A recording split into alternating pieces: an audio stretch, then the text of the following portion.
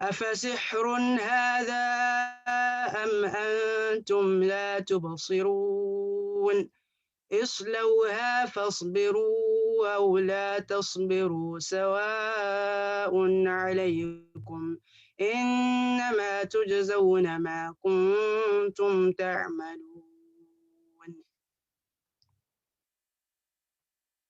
إن المتقين في جنات ونعيم فاكهين بما آتاهم ربهم ووقاهم ربهم عذاب الجحيم كلوا واشربوا هنيئا بما كنتم تعملون متكئين على سرر مصفوفة وزوجناهم بحور عين والذين آمنوا واتبعتهم ذريتهم بإيمان ألحقنا بهم ذريتهم وما ألتناهم من عملهم من شيء كل امرئ بما كسب رهين وأمددناهم بفاكهة ولحم مما يشتهون يتنازعون فيها كأسا لا لغو فيها ولا تأثيم ويطاف عليهم غلمان لهم كأنهم لؤلؤ مكنون وأقبل بعضهم على بعض يتساءلون قالوا إنا كنا قبل في أهلنا مشفقين فمن الله علينا ووقانا عذاب السموم إنا كنا من قبل ندعوه إنه هو البر الرحيم فذكر فما أنت بنعمة ربك بها بكاهن ولا مجنون أم يقولون شاعر نتربص به ريب المنون قل تربصوا فإني معكم من المتربصين أم تأمرهم أحلامهم بهذا أم هم قوم طاغون أم يقولون تقوله بل لا يؤمنون فليأتوا بحديث مثله إن كانوا صادقين أم خلقوا من غير شيء أم هم الخالقون أم خلقوا السماوات والأرض بل لا يوقنون أم عندهم خزائن ربك أم هم المسيطرون أم لهم سلم يستمعون فيه فليأت مستمعهم بسلطان مبين أم له البنات ولكم البنون أم تسألهم أجرا فهم من مغرم مثقلون أم عندهم الغيب فهم يكتبون أم يريدون كيدا فالذين كفروا هم المكيدون أم لهم إله غير الله سبحان الله عما يشركون وإن يروا كسفا من السماء ساقطا يقول سحاب مركوم فذرهم حتى يلاقوا يومهم الذي فيه يصعقون يوم لا يغني عنهم كيدهم شيئا ولا هم ينصرون وإن للذين ظلموا عذابا دون ذلك ولكن أكثرهم لا يعلمون واصبر لحكم ربك فإنك بأعيننا وسبح بحمد ربك حين تقوم ومن الليل فسبحه وإدبار النجوم.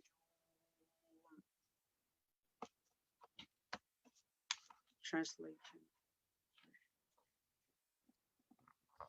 In the name of Allah, the gracious, the merciful, by the mount and by the book inscribed, on parchment unfolded, and by the frequented house, and by the elevated roof, and by the swollen sea.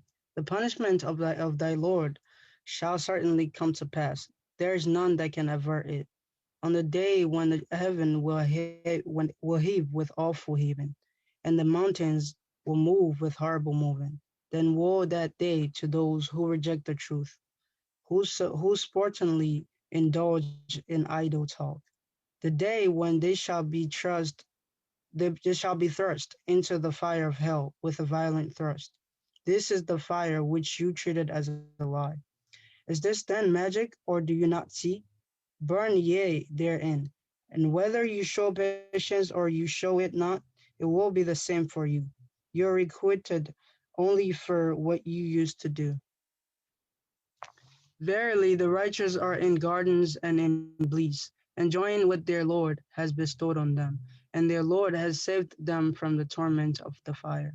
Eat and drink in happiness because of what you used to do, reclining on couches arranged in rows, and we shall consort them with fair maidens having wide, beautiful eyes.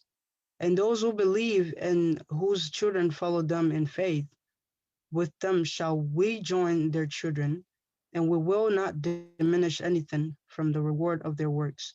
Every man stands pledged for what he has earned, and we shall bestow upon them an abundance of fruit and meat such as they will wish for. There they will pass from one to another, a cup wherein is neither levity nor sin. And there will wait upon them youths of their own, as though they were pearls well preserved. And they will turn to one another asking mutual questions. They will say, before this, when we were among our family, we were very much afraid of God's displeasure. But Allah has been gracious unto us, and has saved us from the torment of the burning blast. We used to pray to him before. Surely he is the beneficent, the merciful. Admonish then, by the grace of thy Lord, thou art neither a soothsayer nor a madman. Do they say, he is a poet? We are waiting for some calamity which time will bring upon him. Say, await ye then. I too am with you among those who are waiting. Do their intellect and reason enjoin this upon them, or are they a rebellious people? Do they say, he has fabricated it? Nay, but they would not believe. Let them then bring forth an announcement like this, if they speak the truth. Have they been created for nothing, or are they themselves the creators? Did they create the heavens and the earth? Nay, but they have no faith. Do they own the treasure of thy Lord, or are they the guardians thereof? Have they a leader unto heaven by means of which they can overhear? Then let their listeners bring a manifest authority. As he daughters, and you have son, dost thou ask a reward from them, so that they are weighted down with a load of debt? Do they possess knowledge of the unseen, so that they write it down? Do they intend a plot? But it is those who disbelieve that will be caught in the plot. Have they a God? Have they a God other than Allah? Exalted is Allah above all that which they associate with Him. And if they should see a piece of the cloud falling down, they would say, "Clouds piled up." So leave them until they meet that day of theirs, on which they will be overtaken by a thunderbolt. The day when their plotting will not avail them aught, nor shall they be helped. And verily, for those who do wrong, there is a punishment beside that. But most of them know not. So wait patiently for the judgment of thy Lord, for surely thou art before our eyes, and glorify thy Lord with his praise, when thou risest up from sleep. And for part of the night also do thou glorify him, and at the setting of the stars. Jazakumullah. Jazakallah khairan, Sister Ahmad. May Allah continue to increase your knowledge and bless you abundantly. We're going to call upon Sister Ibat Badru. She has important presentation for us about food. And pardon us if we are presenting, giving you information about food while you are fasting. We think that is very important that we all know what foods to stay away from while fasting, or as Muslims in general. So Sister Ibat Badru, Assalamu alaikum, are you ready? Yes.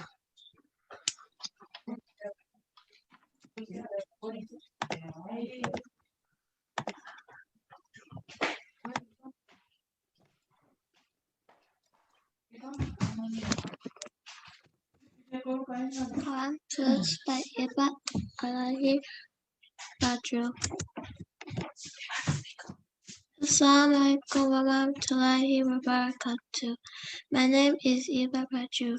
Ramadan Mubarak. Today we're talking about haram and halal foods. Red candy. Red candy or strawberry flavored sweets are often dyed with food coloring called carmine. Carmine is made from dead crushed up beetles, and it comes about when insects are boiled with calcium carbohydrates or ammonia. Ibat, hold on. Tell your auntie that you are presenting. The noise is coming from your end. Where are you? Which Okay.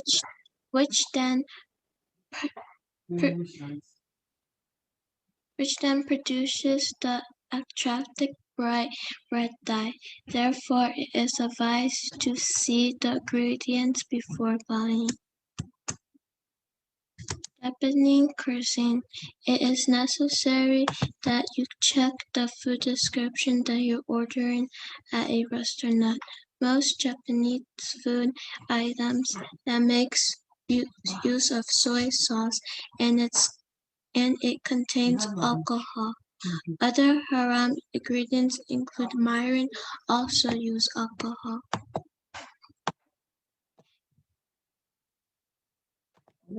Jello. It is common knowledge that Jello contains gelatin protein delivered by chlorine presented in pig, bone, skin, and connective tissues. Cheesecake. Just like marshmallows, but not all cheesecake have gelatin. Whatever you have been provided, avoid it. And whenever you have been committed to do as much as you can. Salam Kirabatul Al-Fahri Hadik Non 130. Marshmallows. Again, marshmallows contain gelatin, so they're haram. However, vegetarian marshmallows are also available, which is halal and can be easily substituted as regular marshmallows. Oh, you have believed and eat the good things which we have provided for you, and be graceful to Allah if it is indeed Him that you worship. Quran 2 172. Potato chips. Some potato chips are flavored with powdered cheese, which contains caution with or other animals driven by agnes. Spirit vinegar. Alcohol and products containing alcohol are haram, even if the alcohol has evaporated in the end. Therefore, thereafter, spirit vinegar is haram. However, if alcohol is not used in making up the vinegar, then it's haram. Do check the prescription before buying to make sure. Instant fried tofu. Often Chinese shops sells pre-cooked frozen tofu, which is fried in pork fat to resist its crispiness. And those who obeys Allah and His Messenger and His decrees Him His limits will cast into the fire, where abandoned there, and he shall disgrace torment. Quran 4:14. Cake mix. Some ready-made cake mix makes use of pork fat. Make sure to check the ingredients before buying one. Haram meats. Wolf, hyena, cat, monkeys, scorpion, leopard, tiger, pig. Halal foods. Eggs, peanut butter, nuts, seafood, rice, fruits and vegetables, milk, and animals that are slaughtered by saying Bismillah. Here is a video of more foods.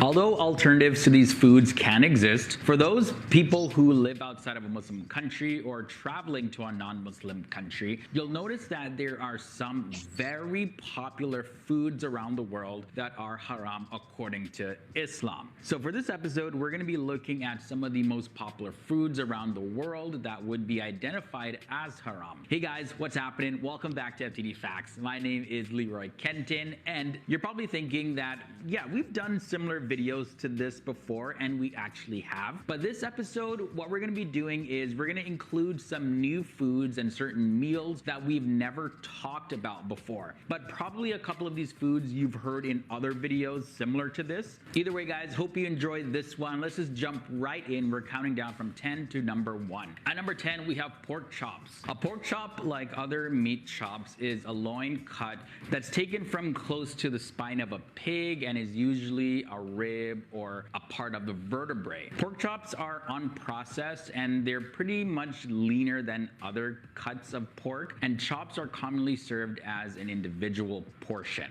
And we know that this is haram because Muslims don't eat pork. Number 9, this comes as a surprise, roasted peanuts. Peanuts that have been roasted, whether in oil or dry, are often roasted in gelatin that is composed of pig hooves. Adding gelatin is used to help the salt and other spices that are added during the roasting to bond with the peanuts for a more flavorful result. They taste really, really good, by the way, but yeah, be careful if you are traveling to a non-Muslim country or you live outside of a non-Muslim country and you're looking for halal foods. Roasted peanuts may be haram. Just make sure that you read the ingredients before you try to eat some roasted peanuts. Number 8 brings us to cake mix. Now, who doesn't love a good cake? But you see, beef or pork fat are common ingredients in dry box cake mixes, and these are fats often listed on the ingredients list as lard. So to avoid this, they often recommend that you just gotta make cakes at home, or if you're Muslim, check to see if the lard is actually from a pig or if it's from another animal. But again, if it is pig lard, then it is haram. Tortilla wraps, another very surprising one. So most restaurants and homemade versions of tortillas, they're often made with lard again, and store-bought varieties of this don't usually contain lard, but it's still worth taking a look at the ingredients list just to make sure. Another delicious dessert, very popular in my home country, Jamaica, this is rum cake. Now, a rum cake is literally exactly what it sounds like. It's a type of dessert cake which contains rum. Oftentimes it's like soaked in it, but it's soaked to various different degrees depending on how strong you want the rum taste to be. In most of the Caribbean, rum cakes are a traditional holiday season dessert. Traditionally, dried fruit is soaked in rum for months and then added to dough prepared with sugar, which has been caramelized by boiling in water. All right, guys, we have 5 more foods to take a look at, but just before we get into those 5, I want to also give you a heads up. If you haven't seen our video on the 10 haram foods in Islam that Muslims think are halal, it's one of our most popular videos on the channel. I'll link to it below in the video description section. I'll also put it in the card section of this episode. So if you haven't seen that video, we talk about some other foods in that one that we're not going to mention in this video. So check it out. Again, the link is below in the video description section, so you can watch it right after you finish this one. Wine vinegar comes in at number 5. Wine vinegar is either made from red wine or white wine, and white wine vinegar is a moderately tangy vinegar that French cooks often use to make hollandaise sauces, vinaigrettes, soups, and things like that. And on the other hand, red wine vinegar is widely used in cooking, but may have other applications as well. Most often, this is used in salad dressings and other types of marinades. But usually though, the levels of remaining alcohol in red wine vinegar come to no more than 2%. Number 4 leads us to blood sausages, and this goes by many different names like black pudding as well as kazanka. But blood sausage is a delicacy that is enjoyed by food lovers all around the world. It is made the same way as any other sausage, but instead of just containing meat and other spices, it also contains blood. And it usually includes some kind of filler to soak up the blood as well, just so that it doesn't all leak out while you're cooking it. The extra moisture and the flavor from the blood does give the sausage a very distinct taste, so it will taste different from other kinds of sausages because blood is very high in iron, so you'll notice that, yeah, there is a difference in taste there. Moving on now to number 3, escargot. Escargot, also known as snails, is a dish consisting of cooked edible land snails. Now, they're often served as an hors d'oeuvre and consumed by French people as well as people from Portugal, Spain, Great Britain, and Germany. Now, according to Muslim scholar Ibn Hazm, it's not permissible to eat land snails or any other insects and vermins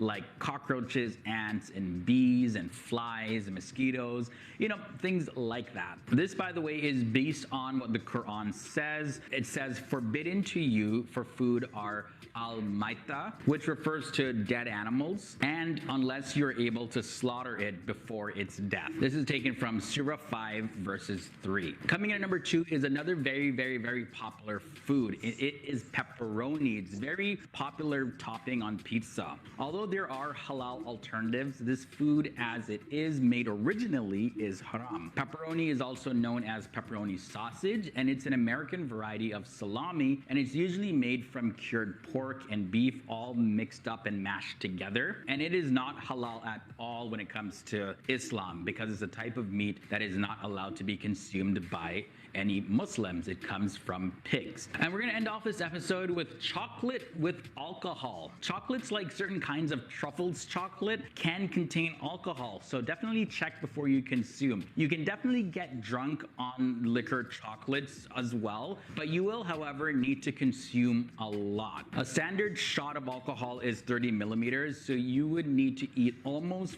4 100-gram blocks of chocolate to get 1 shot of liquor. Most people would need to consume more than 700 grams of chocolate to be over the legal blood alcohol limit. So to get quite drunk, most people would need to eat close to 2 kilograms. But either way, guys, if you are of the haram persuasion, definitely stay away from chocolates with alcohol. Yeah, always double check. Anyways, guys, that's it for this episode. This was a look at 10 popular haram foods. Let me know down below in the comments section if you've tried any of these foods. If you're Muslim, your answer should be no, I have not. It's been awesome hanging out with you in this episode. Sometimes we have a little bit more fun than usual here in these videos. But yeah, hope you guys enjoyed it. Definitely check out the recommended episode that I have for you. The link is below in the video description section. And until next time, guys, stay awesome, stay educated. I'll see each and every one of you real soon.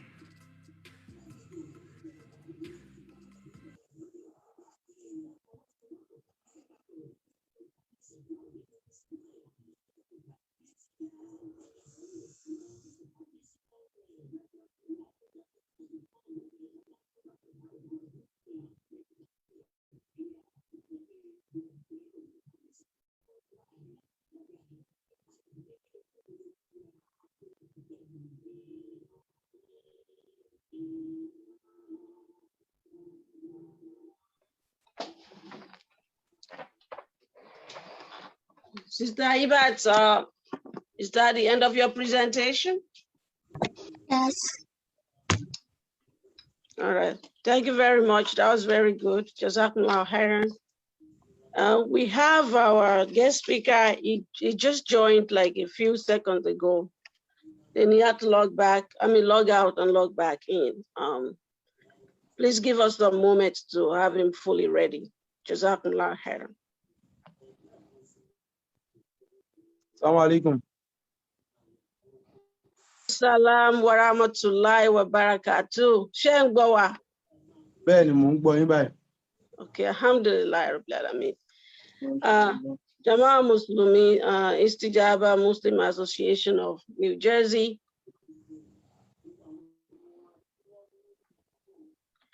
It is my pleasure to introduce to you today Alhaji AbdulBasit Olanrewaju. Many people are confused. They might be confused that he's a singer, but we called him to give us a lecture.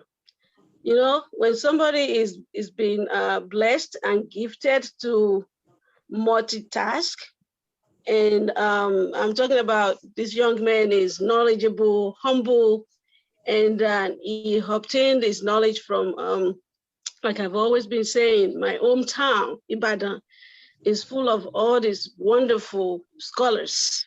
Arawani, Alhaji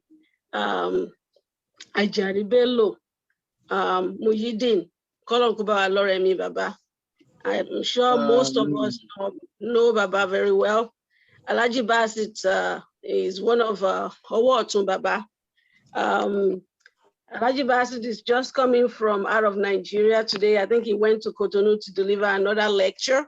He literally just got home like 5 minutes ago, and then he's tired, but he's here to feed our soul with wonderful lectures. I've listened to his lectures many times, and I've never been disappointed. Please, Jamaatul Istijabah, help me welcome Alhaji Basit Olanrewaju. Salamu alaikum wa rahmatullahi wa barakatuh. Wa alaikum assalam wa rahmatullahi wa barakatuh. I say a wonderful good evening to all my Muslim brothers and sisters, mothers and mothers that are listening to us presently. May the peace of Almighty Allah be with you all, Insha'Allah Rahman. And I wish every one of us a successful Ramadan. May Almighty Allah continue blessing us in all ramifications of life. I really appreciate you. Ameen. MashaAllah. Shall we start the lecture? Yes, sir. Yes, sir. after the greeting of our people, our imams, and all the names that I've given you. So the floor is yours. So, Alhamdulillah wa alameen. First and foremost, we give all glorifications and adorations to Allah. To Him alone, we give all our praises. May the peace of Allah be upon the noble Prophet Muhammad sallallahu alaihi wasallam, his companions and household till the day of resurrections. I say assalamu alaikum once again to my brothers, sisters, fathers, mothers in Islam that has the opportunity of listening to this a brief lecture tonight. May Almighty Allah be our God, Insha'Allah Rahman. And after that, I would like to seek your indulgence that this tonight's lecture is going to be in our mother's language, which is Yoruba, which I'm very much familiar with, not like this English speaking of a thing. So I would like to address you and to speak in Yoruba language if I'm permitted. But if I'm not permitted, Inshallah Rahman, no problem in speaking English, but we just be having mercy to my blunders. So that is just the point. Before starting the lecture, let me use this medium to Alhaji,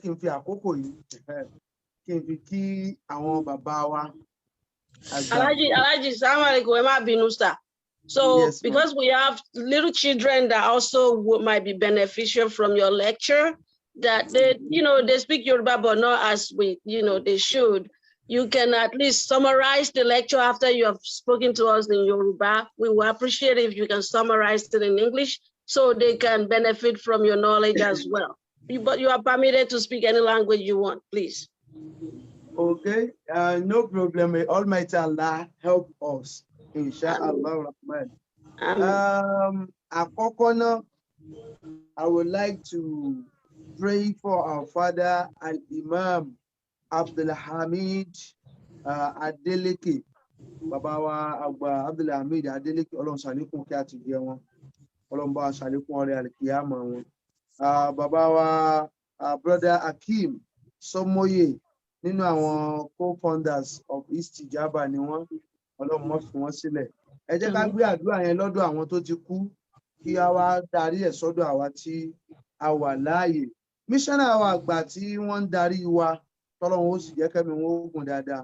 Asheikhul Fadil Abdulhakim Badamasi, may Almighty Allah continue being with you, sir, and the President General Alhaji Muhammad Adewale and the entire executive members.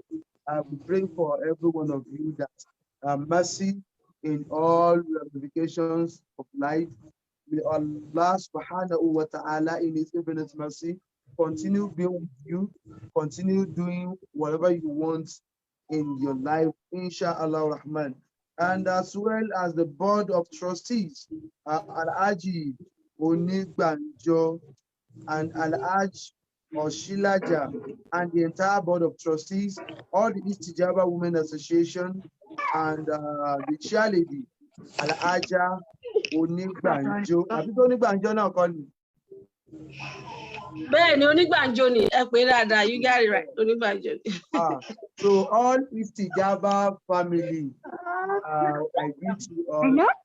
The peace of Allah be upon you. After that, akí gbogbo olólùfẹ́ wa, àwọn tí wọ́n ń wò wá lórí àpọ́nlé ànábì page náà, àgbàlagbà pé àránṣẹ́ Ọlọ́run. Àánú Ọlọ́run gbogbo ìgbà kó máa bá ẹnì kọ̀ọ̀kan wa gbé. A dúpẹ́ fún ọba tí ò ní kejì, ọba tí ò sí ẹni tó bí, ọba tó ga tí ọwọ́ àbùkù ò lè kan láẹ̀. Ọba tó dá ẹ̀ṣẹ̀ tó dá àforíjì. Tó wá ní ẹ̀yin ẹrú ẹsẹ̀ mi, ẹ̀sìn mọ̀ mí, ẹ pè mí, èmi Ọlọ́run ó sì dá yín lóhùn. A kí Ọlọ́run Assalamualaikum, sir. Hold on, sir. Auntie Joke, can you please mute yourself, please? Assalamualaikum, Sister Joke, please mute yourself. Brother Lucy, I need your help on this, please. Can you please mute the distractors? Thank you. I'm so sorry, Alhaji. Emma Binusa. Go ahead. So, Aki ọba tí ó dàgbà tí ò wá sí ọjọ́ orí tá a lè ṣí fún wípé ìjọba yìí ni wọ́n bí àsìkò báyìí ló dàgbà sí bó ti wá tó náà yóò ti máa tó ọmọ éèjì báyìí tá a bá ní ká sí kò sí fọ́lọ́run ẹ̀dá ni irú ẹ̀ wà fún Aki Ọlọ́run ọba tó ga kọjá òye gbogbo ẹ̀dá gbogbo ọpọlọ pátá gbogbo làákàyè gbogbo òye wọ́n dára wọn jọ wọ́n wá bára wọn ní dùbúlẹ̀ níwájú ọlá Ọlọ́run ọba tọ́lá kan ò tó ọlá ẹ̀ tọ́lá kan ò ní tó ọlá ẹ̀ ọba tó ròyìn ara ẹ̀ pẹ̀lú pípé pẹ̀lú gíga pẹ̀lú iyì pẹ̀lú ẹ̀yẹ pẹ̀lú kàrámọ̀ pẹ̀lú wíwà nípò láíláí gbogbo ohun tí bá ń bẹ fásìkò kan ó tún lè kú kó má sí ń bẹ mọ́ lásìkò kan èèyàn lè lálàáfíà lásìkò kan kó tún rẹ́yàn lásìkò míì èèyàn lè rẹ́rìn lásìkò kan kó bẹ̀rẹ̀ ẹkún lásìkò míì èèyàn lè ga lásìkò kan kó jẹ́ ní ilẹ̀ lásìkò míì gbogbo wa asọ̀dọ́ lásìkò kan à ń ṣàgbàlagbà lásìkò míì à ń ṣàrúgbó lásìkò kan á di òkú lásìkò míì ṣùgbọ́n gbogbo ohun tá a wí pátá Ọlọ́run ò sọmọdé rí bèlètà ṣe pé yóò ṣe àgbàlagbà kò ṣe arúgbó bèlètà ṣe ipá mọ̀ retí ikú ẹ̀ Aki ọba tí agbára ọba ìlú kan ò lè ká tó jẹ́ pé ọba gbogbo ìlú wọ́n ń bá orí wọn ní títẹ̀ balẹ̀ níwájú ọba ọ̀hún. We give all glorifications to him. Adẹ̀bẹ̀ lọ́hùn wípé àlékún kí àtìgẹ̀ kó lọ máa bá ẹ̀mí ànábì Muhammad sallallahu alayhi wa sallam. Gbogbo àwọn tí wọ́n gbé ẹ̀mí wọn kalẹ̀ tí wọ́n fi bá ànábì ṣe, àwọn tí wọ́n jìyà Islam, àwọn tí wọ́n sunkún Islam, àwọn tí wọ́n jagun Islam. Alladhina taba'uhu bi ihsani, gbogbo àwọn tí wọ́n tẹ̀lé ànábì sallallahu alayhi wa sallam bi qulubi khayr, bi khayril qalb, pẹ̀lú ọkàn rere, bi niyyatin ikhlasin, pẹ̀lú àníyàn tó mọ́. Àwọn dẹ̀ gbà fún wípé àgbà fọ́lọ́run lára àwọn aṣáájú ẹ̀dá ànábì Muhammad. Nínú wọn arólówó nínú wọn ó gbé owó ẹlẹ̀ ó ní wà nábì náà bó ṣe wù ọ́. Nínú wọn àrí ọlọ́lá ó gbé ọlá ẹlẹ̀ ó ní wà nábì lu ọlá wa bó ṣe wù ọ́. Àwọn èèyàn gbé ẹ̀mí wọn kalẹ̀ kódà ààrẹ ni tó lose ẹ̀mí ẹ̀ in the process of making Islam a peaceful religion for all. May the peace of Allah be upon them all. A tún wá ṣàdúrà pé gbogbo etí tó ń gbọ́ wa ojú tó ń wò wá ọlọ́mọ ṣẹ́rù báyìí. Bàbá mi oníwàásí àgbáyé Fadilatu Sheikh Muhammad Muhyiddin Ajani Bello ọlọ́mọ padà lẹ́yìn wọn ọlọ́mọ mú wọn mọ́ fáwọn amúni ọlá la ilaha illallahu Muhammadu Rasulullahi sallallahu alayhi wa sallam. Ní alẹ́ yìí a fẹ́ sọ̀rọ̀ nípa tọ́pìkì tí àwọn Istijabah tí wọ́n fún wa lálẹ́ yìí ni forgiveness. Forgiveness yìí ó jẹ́ nǹkan tí ó ṣe pàtàkì láàrin ara wa. Ó ṣe pàtàkì nínú ilé lọ́ọ̀dẹ̀. Ó ṣe pàtàkì láwùjọ. Ó ṣe pàtàkì nínú ìlú. Ó ṣe pàtàkì ní orílẹ̀-èdè. Yorùbá sọ̀rọ̀ wọ́n lọ wọ́n bọ̀ wọ́n ní ìlú tí ò sófin ó ní ẹ̀ṣẹ̀ ò sí ńbẹ̀. Before we can see or we can talk about forgiveness, there must be a sin and there should be a sinner. A gbọ́dọ̀ rí ẹ̀ṣẹ̀ àti ẹni tó dẹ́ṣẹ̀ ká tó ṣẹ̀ṣẹ̀ wá máa sọ wípé a fẹ́ forí jìnra ẹni. Ẹ̀ṣẹ̀ wa ní wúwo jura wọn lọ. Ẹ̀ṣẹ̀ kan ní ẹ̀ṣẹ̀ tí ẹ̀dá ṣe Ọlọ́run. Ẹ̀ṣẹ̀ kan ní ẹ̀ṣẹ̀ tí ẹ̀dá ṣe ẹ̀dá. Ẹ̀ṣẹ̀ ọmọ sóbí ẹ̀ṣẹ̀ ni. Ẹ̀ṣẹ̀ ọ̀gá sọ́mọṣẹ́ ẹ̀ṣẹ̀ ni. ẹ̀ṣẹ̀ àfáà sọmọ kéwú láàrin ara wọn ẹ̀ṣẹ̀ ni, ẹ̀ṣẹ̀ ìjọba sáràlú ẹ̀ṣẹ̀ ni, ẹ̀ṣẹ̀ Ọlọ́run ṣẹ̀dá òun ló wá sọba gbogbo ẹ̀ṣẹ̀ tá à ń dá láyé. À ń ṣe òbí wa, à ń bẹ̀ wọ́n, wọ́n ń gbọ́. À ń ṣe ọ̀gá wa, à ń dọ̀bálẹ̀ àbí ká kúnlẹ̀, ó lè lóun ti gbà. Ṣùgbọ́n ẹ jẹ́ kí gbogbo wa, ẹ jẹ́ ká wo ara wa wò. Ǹjẹ́ ẹ̀ṣẹ̀ tó ṣe Ọlọ́run látọdún tó ti pẹ́, tá ń sọ fún ọ pé Ọlọ́run ti gbẹ́bẹ̀? Tó bá jẹ́ pé Ọlọ́run ti gbẹ́bẹ̀, ǹjẹ́ kí ni certificate tọ́lọ́run fi lé ẹ lọ́wọ́ wípé gbogbo ohun tó ṣẹ̀ mí o, ó bẹ̀ mí lóòótọ́, mo dẹ̀ ti gbọ́? Èyí jẹ́ nǹkan tó rújú, nítorí pé èèyàn gan tó jẹ́ èèyàn ara wa, à ń ṣẹrẹ ẹni, à ń bẹ̀rẹ̀ ẹni, à ń wá mójú kúrò lọ́dọ̀ ara ẹni. Ṣùgbọ́n ẹlòmíì ó sọ fún yín pé òun foríjì yín, léyìí tí àmójú kúrò àbí àforíjì tó ṣe fún yín kò ní kọjá orí ahọ́n, kò sì ní kọjá ẹnu rẹ̀. Àfáà kan nínú àwọn ẹlẹ́kọ̀ọ́ ayé ó ń sọ̀rọ̀ ẹ̀kọ́, kọ́l kúsìlẹ̀ àfùwà wa'mur bil ma'ruf. Al-Qur'ani gẹ́gẹ́ ní tiẹ̀ ń sọ̀rọ̀, tọ́lọ̀ ń sọ kalẹ̀ fún Ànábì Muhammad sallallahu alayhi wa sallam. Al-Qur'ani ní kúsìlẹ̀ àfùwà wa'mur bil ma'rufi wa'rid anil jahilin. Ìwọ ọmọ ìyá wa nínú ẹ̀sìn, ìwọ tó láǹfààní àti máa gbọ́ ń tàn wí, ọ̀rọ̀ Ọlọ́run ni ó ṣáájú gbogbo ọ̀rọ̀, ní gbogbo tí jẹ́ràn ọ̀rọ̀ yòókù máa tẹ̀lé. Ọlọ́run tó dá èmi rẹ, ó ní kúsìlẹ̀ àfùwà wa'mur bil ma'rufi wa'rid anil jahilin. Kúsìlẹ̀ àfùwà, Kùránì ní ẹ máa gba ìdí rẹ bẹ́ẹ̀.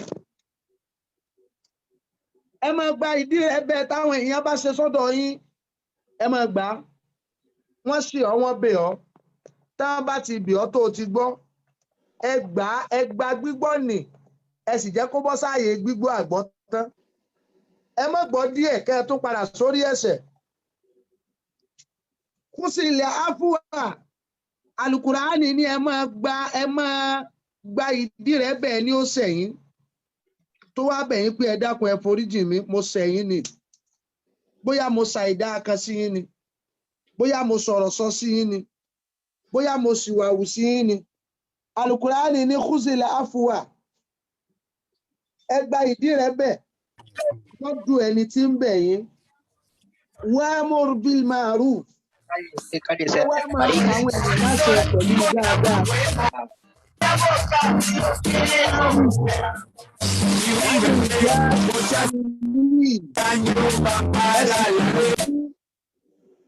Ẹ gbéra yín jìnnà sí àwọn afọ́núfọ́ra èèyàn.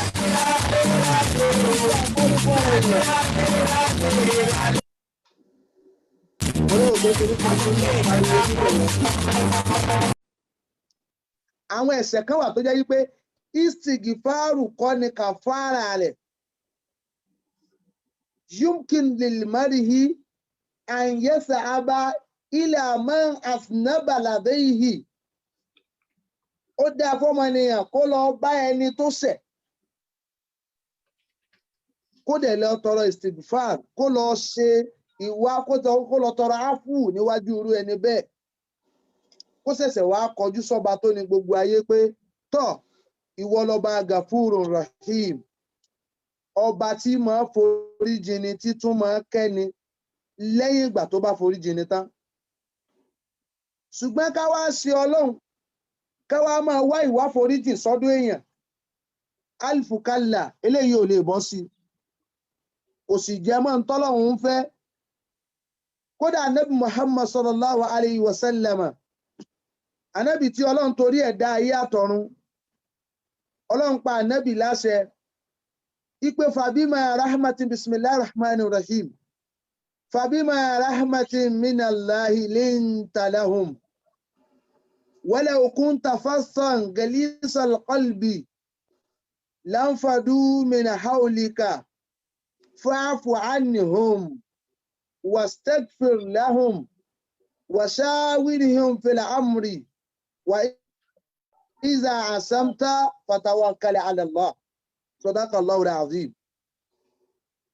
Ọlọ́run ní wa Nabi Muhammad bima rahmatin min Allahi linta lahum. Ìkẹ́ kan tó gbáyè látọ̀dọ̀ ọwọ́ Ọlọ́run ni wípé aṣíọ́ lẹ́ni tó rọ̀ fún ará iwájú, fún ará ẹ̀yìn, fún ọ̀tún, fún òsì, fún ẹrú, fún ọmọ. Kò sẹ́ni tọ́lọ́run ò ní kó rọ̀ fún. Ó rọ̀ fún gbogbo èèyàn. Ó ti lọ́rọ̀ jù wọ Muhammad. Law kunta fassan galisal qalb. Tọ́lọ́run bá ṣe ìwà Nábì tó bá lọ jẹ́ ẹni tí ó jẹ́ ọlọ́rọ̀ bú, oníwà bú, oníṣe bú. Àwọn àgbàlagbà wọn a máa sọ̀rọ̀ ńlẹ̀ Yorùbá, wọn a ní àgbà máa nínú bú ni kì í lọ́rọ̀ bú lẹ́nu. Àgìlàbíyà wa púpọ̀ nínú wa ó wà tó jẹ́ wípé ọ̀rọ̀ bú ló ti fi ba ayé ọ̀pọ̀lọpọ̀ èèyàn jẹ́ tí ó sì mọ̀. Gbogbo ń tá bá máa ṣe níṣẹ́ tá máa wù níwà. Ẹ jẹ́ á máa kọ̀nsídà ọmọlàkejì tí ó wà níbì kan tó jẹ́ pé yóò faragbá nínú ẹkún bẹ̀, yóò faragbá nínú wàhálà bẹ̀. Ànábì sallallahu alayhi wa sallam, ìkẹ́ àti ìgẹ́ Ọlọ́run kó lọ bá ẹ̀mí Ànábì sallallahu alayhi wa sallam. Ọlọ́run láàárọ̀ wá Ànábì fáwọn àjọ rẹ̀. Law kunta fassan galisal qalb. Tó bá jẹ́ ẹni tí ẹ̀mí rẹ̀ le koko bí àpáta ni. Lanfadu min hawlika. Á ti ní kí gbogbo ọjọ́ rẹ̀ ó tú. Àní jí ó ṣẹ́kù ẹyọ èèyàn kan lẹ́yìn rẹ̀ mọ́. Ó ṣe sẹ̀mí Allahu liman hamda. Ó ní rẹ́ni tí ó ṣe Rabbana lakal hamd. Nítorí wípé àgbà tó bá ti nínú bú, wọ́n lágbà tó bá kanú kò gbọdọ̀ kanlé. In tó bá fi wá mú àgbà tó kanú tó kanlé, ẹ jẹ́ kó yí àgbà náà wípé inú tó kàn tó fi kanlé òun, ilé tó kàn yóò dàgbé bẹ̀ ni. A kì í kanú ká kanlé. Bá a bá kanú tá a kanlé, àádálé ọ̀hún gbé gbẹ̀yìn ni. Àlàáfù àmójúkúò fúnra ẹni lórí ẹ̀ṣẹ̀. Mo sọ lẹ́ẹ̀kan ká tó lọ wípé ẹ̀ṣẹ̀ ní lẹ́bù, ẹ̀ṣẹ̀ ní range. Ó pọ̀ nínú ẹ̀dá láyé tó jẹ́ wípé ó ti wò wípé òun ò ní ṣe ju sọ́ọ̀rì lọ. Yóò wá mọ̀ọ́mọ̀ dá ọmọlàkejì rẹ̀ ní oró tí ò ní tán nínú ayé ẹni yẹn. Ó mọ̀ wípé after the word sorry, there is nothing more. And nínú ìgbésí ayé tá à ń gbé yìí, in tó so mọ́ ọ̀rọ̀ à ń gbáyé, à ń ṣẹ̀, a ṣe èèyàn ní o, àbá ṣe lọ́hùn, in tó pọ̀ ni. Ọlọ́run ọba tó ní ayé tọ́lá rẹ̀ pọ̀ jùlọ. Ó ní wà Nábì sọ fáwọn èèyàn rẹ̀ pé istaghfiru rabbakum. Ẹ máa wá bẹ́ẹ̀ ṣe máa wá foríjìn, àmójúkú Ọlọ́run ọba yín lórí tẹ́ ń ṣe. Torí pé Ọlọ́run ọba yìí o, innahu kana gaffaran. Ọba tá a mọ̀ sí, òun lọ́ba alámójúkú o. Òun ni ọba tí máa kẹ́ni lẹ́yìn ìgbà tó bá foríjìn ni. Nínú orúkọ Ọlọ́run tó nílẹ̀, tó halẹ̀, òun ni Al-Ghafur. Ọlọ́run a máa yẹra rẹ̀ pọ̀ pẹ̀lú orúkọ yìí pé Huwal Ghafurur Rahim. Òun lọ́ba foríjìni títún máa kẹ́ni lẹ́yìn ẹ̀. Ìkẹ́ lẹ́yìn fíforíjìni yìí, ó ní ó wá wọ́pọ̀ láàrin àwọn ẹ̀dá èèyàn. Ó pọ̀ nínú wa tó jẹ́ wípé béèyàn bá ṣẹ̀ wá, tó bá ti bẹ̀ wá, á wá create gap láàrin wa àti ẹ̀. Ó súnmọ́ bẹ́ẹ̀. Ó dẹ̀ dáa bẹ́ẹ̀. Ó depend lórí the level of what the person did. Level tẹ́ni yẹn ṣe ni ó sọ wípé sóòtún lè súnmọ́ bíi tijọ́ mọ́. Nítorí béèyàn bá tó sàn wò bí ejò lẹ́ẹ̀kan. Tó wá wò pé nítorí ipò òkú, nítorí ipòrò rẹ̀ ò pa ọ́, tó fún un ní opportunity kó tún ọ sán wò lẹ́ẹ̀kan sí. Ó súnmọ́ kó jẹ́ wípé jíjà fitafita nípa pé ó fẹ́ kú lórí ẹlẹ́ẹ̀kejì tó sàn òun. Òun ni ò ní jẹ́ kó rẹ́ni tí ó ṣàánú rẹ̀ gan. Torí wọ́n ti kìlọ̀ fún ọ tẹ́lẹ̀. ìkànnì àwọn ọdẹ nílẹ̀ Lárúbáwá. Ọdẹ yìí a máa dẹdẹ púpọ̀. A fẹ́ sọ̀rọ̀ lálẹ́ yìí nípa àlàáfù àmójúkúò. O lè mójúkúò fún yàn. Man forgets, or we do forgive, we do not forget. A lè la àforíjì lágbájá, ṣùgbọ́n àní gbàgbé n tó ṣe. Irú ẹ̀ ló ṣẹlẹ̀ sírú ẹrú Ọlọ́run tá ń wí yìí, tó ń sọ wípé ó wọnú igbó lọ, a máa dẹdẹ. Ó wá rí ẹranko kan, èjòlá ńlá ni. Èjòlá yìí wá, Ọlọ́run fún láṣẹ pé kó sọ̀rọ̀. Ó fẹ́ pa èjòlá yìí. Lèjòlá yìí bá sọ̀rọ̀ wípé tó bá pa mí nísìn, èló ló tà mí? Èló ni mo worth? Ikú mi ò lè wúlò fún ọ bí ààyè mi. Máa ṣe ọ́ láǹfààní kan, ìwọ ọdẹ yìí. Kulla yawmin wahin. Gbogbo ìgbà tó bá ti ń dé ààyè yìí pẹ̀lú mi, òun èjòlá yìí, òun ó máa pọ odidi góòlù ńlá kan lẹ̀ fún ọ. Góòlù yìí, ó kọ́kọ́ pọ àkọ́kọ́ fún un. Nígbà tó pọ̀ kalẹ̀, ó ní wọ ọdẹ yìí mú lọ tà á lọ́jà. Tó bá dọ́jà tó tà á, owó yìí ó tó ọ jẹun fún oṣù díẹ̀, fọ́sẹ̀ díẹ̀, fásìkò díẹ̀. Ó depend lórí bí bùkátà rẹ bá ṣe kẹnu sí. Ṣùgbọ́n ijó bá tún ti rí pé o nílò owó, padà wá bí, mọ́ wulẹ̀ dààmú mọ́. Ó ti kú àánú Ọlọ́run lónìí, Ọlọ́run rán òun sí ọ. Mọ́ pa òun, fòun lẹ̀, àǹfààní ló kú fẹ́ fòun ṣe tẹ́lẹ̀. Ìjọ́ mélòó ló fi jẹran òun tí ó fi sú ọ bó bá pa òun? Òun lẹ́rú Ọlọ́run yìí bá fejò yìí lẹ̀, ló bá gbé góòlù, ó gbé lọ ọjà. Bó ti gbé dọ́jà, góòlù ńlá nìyí, eléyìí mọ̀ ga jù. Ibo lẹ ti rí? Ó ní mo fẹ́ tà á. Wọ́n kó owó fún àpò, ló fi di owó wálé. Ó bẹ̀rẹ̀ sí ní náwó, story ayé ẹ̀ change. Ṣẹ̀sì mọ̀ wípé Kànúdù lọ́mọ Ànábì Adam. A dá wa lẹ́ni tí ò ní ìtẹ́lọ́rùn. A dá wa lẹ́ni tí ó wà lórí kẹ̀kẹ́ tí ó máa ná báìkì. A dá wa lẹ́ni tí ó wà lórí báìkì tí ó máa ná mọ́rúwá. A dá wa lẹ́ni tí ó wà nínú mọ́rúwá tí ó máa ná káà. A dá wa lẹ́ni tí ó wà nínú káà tí ó máa ná jíìpù. Àwa dá wa lẹ́ni tí ó wà nínú jíìpù tí ó wà máa wò pé kinní kan ní ń fò lókè, jẹ́ẹ̀tì ni èmi náà ní láti gẹ́ẹ̀tì kan. Bọ́lọ̀ ti dá ọmọ Ànábì Adam, kàdáàkà khulikna, bá ti dá wa ní gbàdẹ̀ ṣe ń gbáyé nì. Ẹrú Ọlọ́run yìí, ó tún padà lọ sínú igbó yìí. Ó pe èjòlá yìí bí ti máa pè é. Èjòlá ni bá jáde. Bó ti jáde, ó ní tún wá fún mi níbo tí máa fún mi ń góòlù yìí.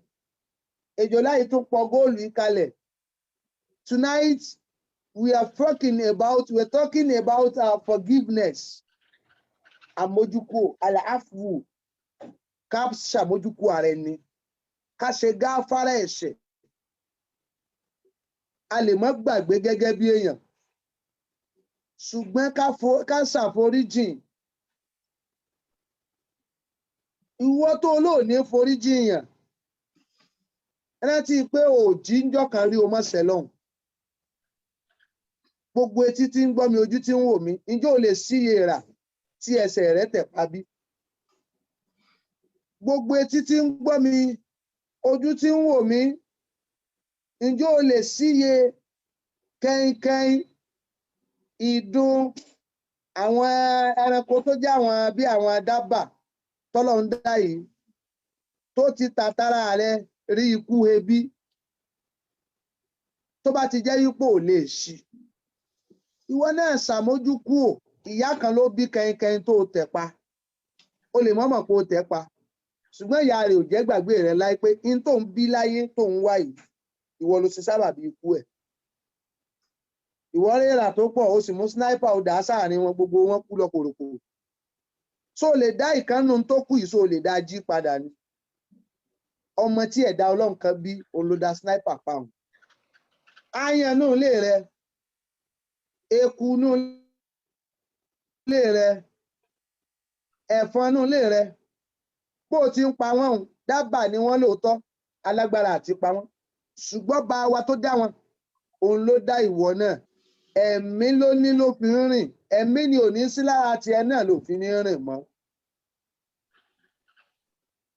Ọ̀rọ̀ tá à ń bá bọ̀ tọ́lọ́dẹ ibà ní wọ èjòlá yìí tún fún mi bó ti máa fún mi, ló bá tún fún ní záàbù, ó tún pọ záàbù lẹ̀ fún góòlù ńlá, ó tún ní ha ó ṣeun ó káre. Èjòlá yìí ó tún wọ́ wọnú ihò rẹ̀ padà. Sẹ́mọ̀ yìí pé mo sọ kinní kan yìí pé ọmọ ànẹ́bì Ádámọ̀ níjọ́ abá ti lè gẹ̀ẹ́sìn láàmú sọ̀pàkọ́lùké ẹjẹ́ ó yé gbogbo ayé pátá wípé ẹnu ṣe méjì ẹnu èèyàn, ẹni ayé gbégun ẹlẹ́dẹ̀, ẹni ó yọ̀ mọ́ níwọ̀nba torí ẹni wọ́n gbé gẹ̀ẹ́sìn kò jìnnà sílẹ̀ ẹlẹ̀.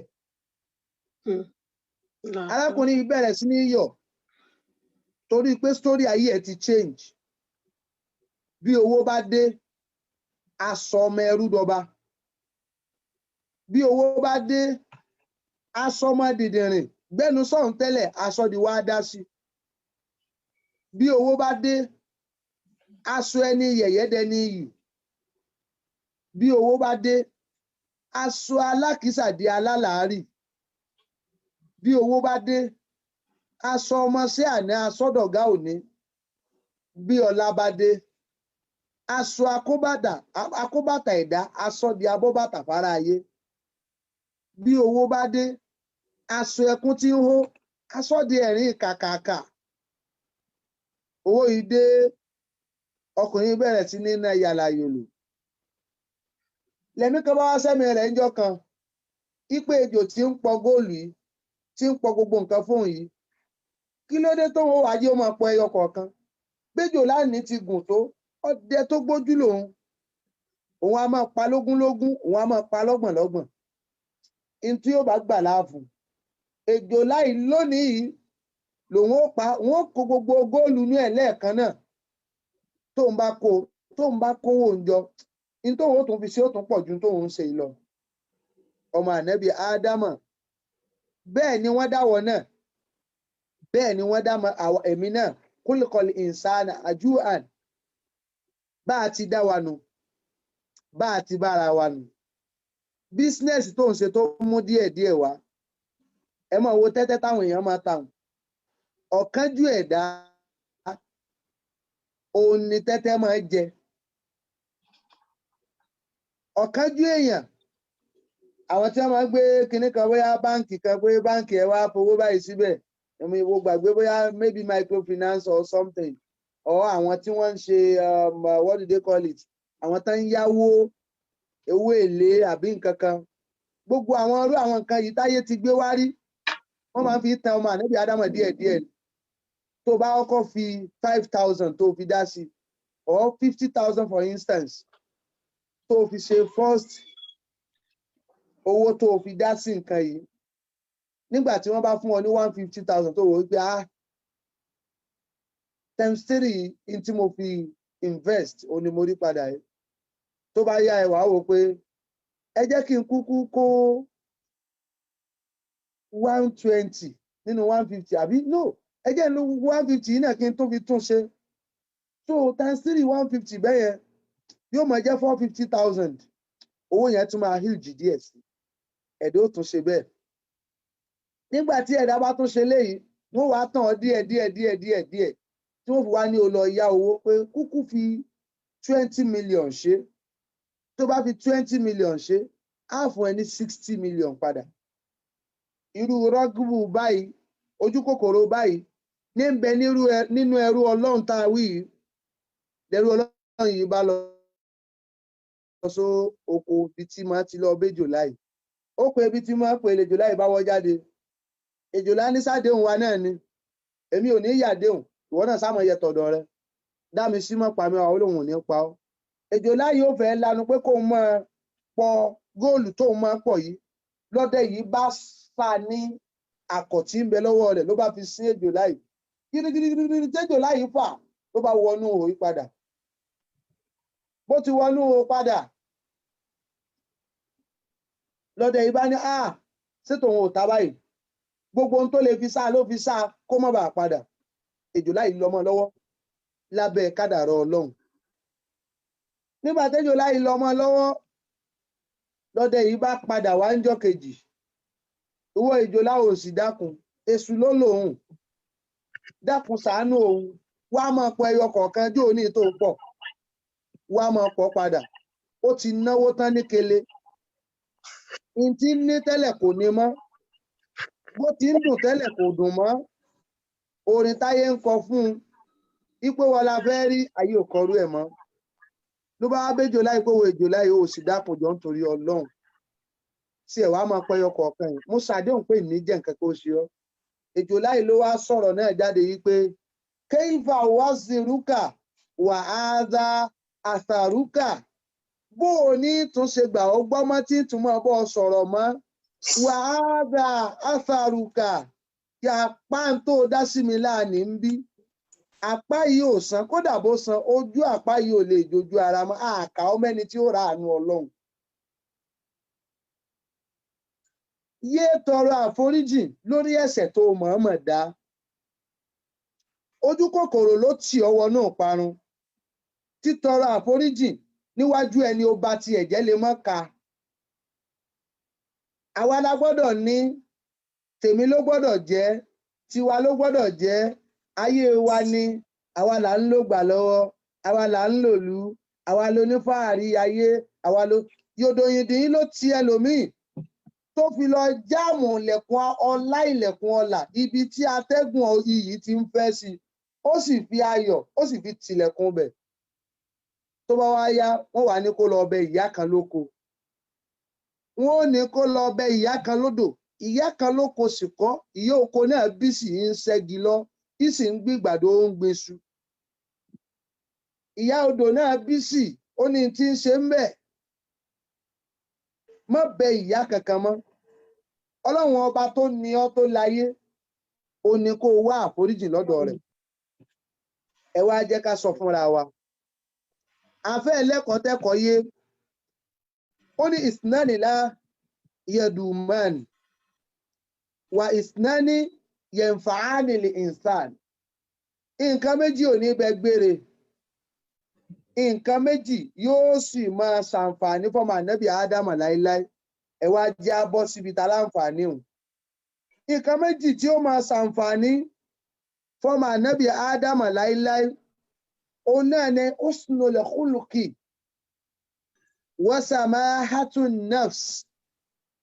Àkọ́kọ́, husnul khuluq, ìwà rere, ìwà àdùnnú, ìwà ẹ̀yẹ, ìwà yìí, yanfa'ani l-insan. Níjọ́ tí gbogbo orinṣẹ́ tí ń ṣàǹfààní bá takú, ìwà rere kì í takú fẹ̀dá. Lọ níwà rere, má ṣe tó fi máa bẹ̀bẹ̀. In tó ṣe tó wà lẹ́yìn abiyamọ ayé, ẹ gbà mí, ẹ foríjì mí, kí ló dé tó wulẹ̀ dá sí? We are talking about forgiveness. Ẹ jẹ́ á treat àárín ara wa, ọ̀tọ̀ ní tọlọ́hun. Ọlọ́run lóhun lọ́ba aláforíjì. Ṣùgbọ́n ń bẹ nínú àwọn ẹ̀dá tá à ń jọ ń gbáyé tó jẹ́ wípé term tó wà lẹ́nu tiwọn ni wípé forgiveness is a sin. Ká foríjì yàn ẹ̀ṣẹ̀ ní lọ́dọ̀ tiwọn. Wọ́n gbà wípé ẹni ó bá ti ṣẹ̀, ìka tó bá ti ṣẹ̀ báyìí bí bẹ́ẹ̀ ni. Ìrókò tó bá ti gbàbọ̀dé lọ́dọ̀ wọn, wọ́n ò hù ti gbòǹgbò ni. Àwọn ẹ̀dá kan ń bẹ bẹ́ẹ̀ tó yẹ pé ọkàn tọ́lọ́run fún wọn, kulubuhum kalhadid, a fún wọn ní ọkàn tó dà gẹ́gẹ́ bí irin, wọn kì í gbọ́, wọn kì í gbà. Bọ́lọ́run ti dá àwọn ẹ̀dá kan ní, nínú tí máa ń ṣàǹfààní fáyé ẹ̀dá, husnul khuluq, ìwà rere tó o bá ní yóò máa jẹ́ ní tí ó jẹ́ àdírẹ́sì lára rẹ. Ìwà rẹ ni yóò jẹ́ pósítà nígbà àyà rẹ, ó ní yóò jẹ́ signation lẹ́yìn rẹ.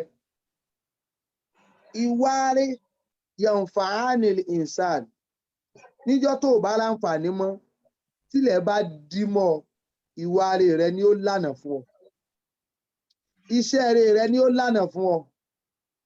Ìṣesí rẹ̀, ìsọ̀rọ̀ sí rẹ̀ ni ó lànà fún ọ. Ìláforíjì fọ́mọ ànábì Ádámọ̀ ni yóò lànà fún ọ.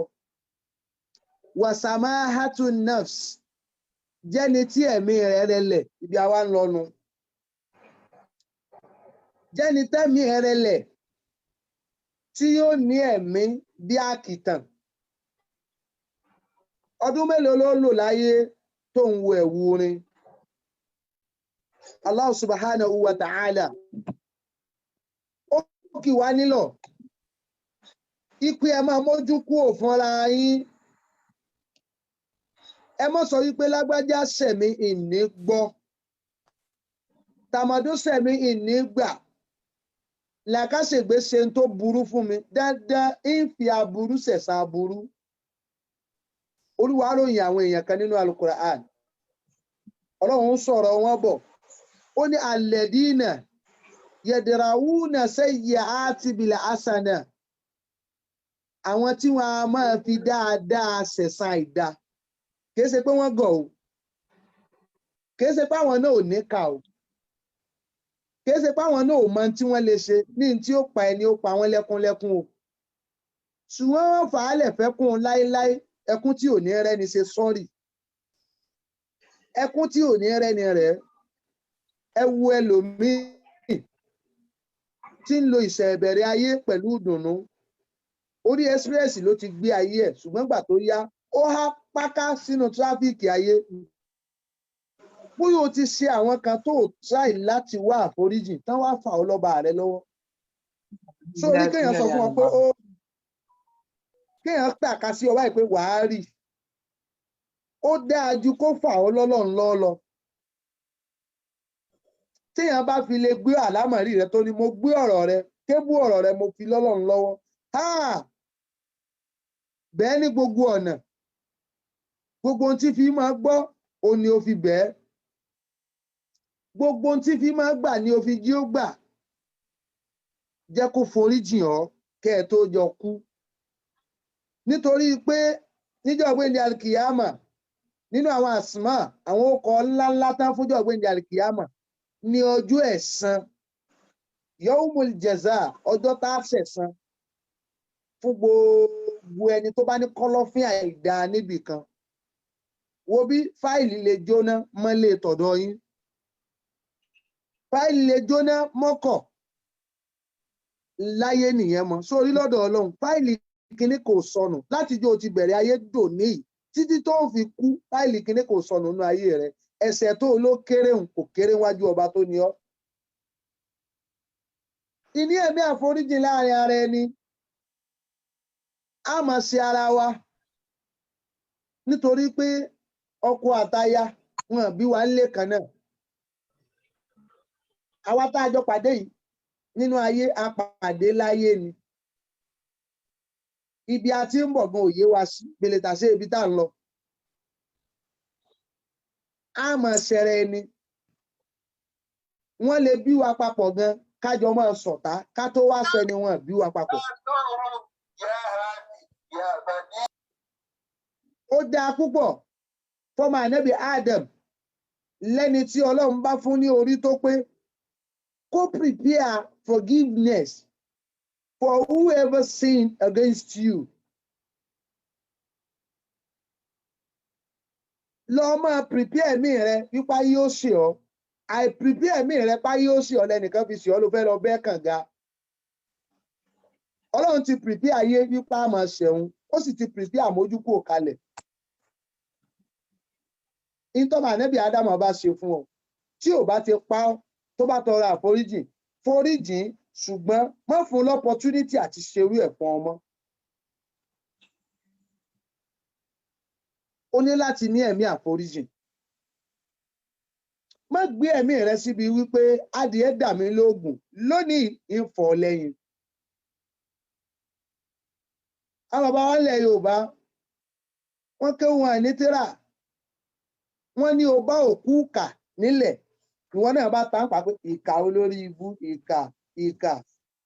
Ìwọ tó ta òkú kà nípa nì, ó ti kú òkú ìkà ni ò kèé ṣàlàyé ká òkú ìkà ló tàǹpà ìkà nìwọ náà ìkà ti di méjì torí tó bá fẹ́ mọ̀ pé òkú ìkà wúlò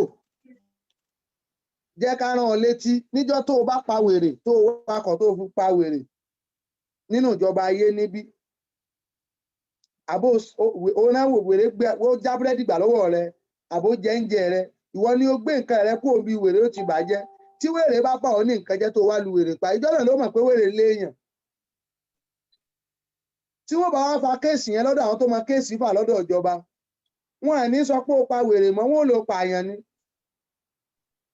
jẹ́ kí ẹ̀mí rẹ ó kólẹ̀ jẹ́ kí ẹ̀mí ẹ̀ ó fúyẹ́ inú burúkú yìí oògùn òṣì ni oníta olóṣì ẹnìkan ò ṣe ẹ́ ìwọ ló ń ṣera rẹ òun bá táyé jà òun bá kẹ́hìndé jà ó tún ní Ìdòwú ò mọ̀ ṣe Àlàbá ò mọ jójó kíní kò mọ̀rọ̀ rìn kíní kò mọ̀rọ̀ sọ kíní kò mọ̀ gbé kalẹ̀ gbogbo ẹni Ọlọ́run bá ti ṣe ojú ẹ̀ lójú tí ń rí àṣìṣe ara ayé kò ní mọ̀ sí lọ́dọ̀ Ọlọ́run ẹ̀dá ni ẹ́ ẹ̀dá làwọn èèyàn tó ń wo iná ó dáa púpọ̀ kí ẹ̀dá ó ní kolbun selim ọkàn kan tó mọ́ ọkàn tó rinlẹ̀ ọkàn tó wálẹ̀ o ò gbọ́dọ̀ jẹ́ni tí ó ní lẹ́mìí wípé lágbájá báyìí ṣẹ̀mí ọ̀nà báyìí ló gbà ṣẹ̀mí dandan eye for eye hand for hand wọ́n ṣe bẹ́ẹ̀ tọ́lọ́run bá sọ wípé bí ayé ṣe ń ṣẹ̀wọ̀n lòun ó ṣe máa tírìtì ayé ni kò ní má tàràkà àlàáfáàrí ha ní dábàtìn Al-Qur'ani ló wí bẹ́ẹ̀ wípé wàlá yóò áhìsù láwù nẹ́sà bí máa kásábù tọ́lọ́run bá lóun ó mọ̀ mú ọmọ ànábì ádámà bí máa kásábù pẹ̀lú ntàwù níwà ni má tàràkà àlàáfáàrí ha ní dábàtìn Ọlọ́run ò ní jẹ́ kí kinní kan ó kù tí ó máa rìn lẹ́ẹ̀lẹ̀ mọ́ gbogbo tí gbáyé ní òtún parí gbogbo tó wà nù sẹ̀mí ayé ni ò ní sí mbẹ̀ mọ́ ṣùgbọ́n walakin yu'akhiruhum Ọlọ́run ń lọ wa lára ìwọ ọmọ ẹ̀dá ọmọ ànábì ádámù ẹgbẹ́ rẹ lọ lára gbogbo ẹ̀ṣẹ̀ tó ṣẹ̀ òun ló fẹ́ fi bí alájà ṣe am I communicating ma.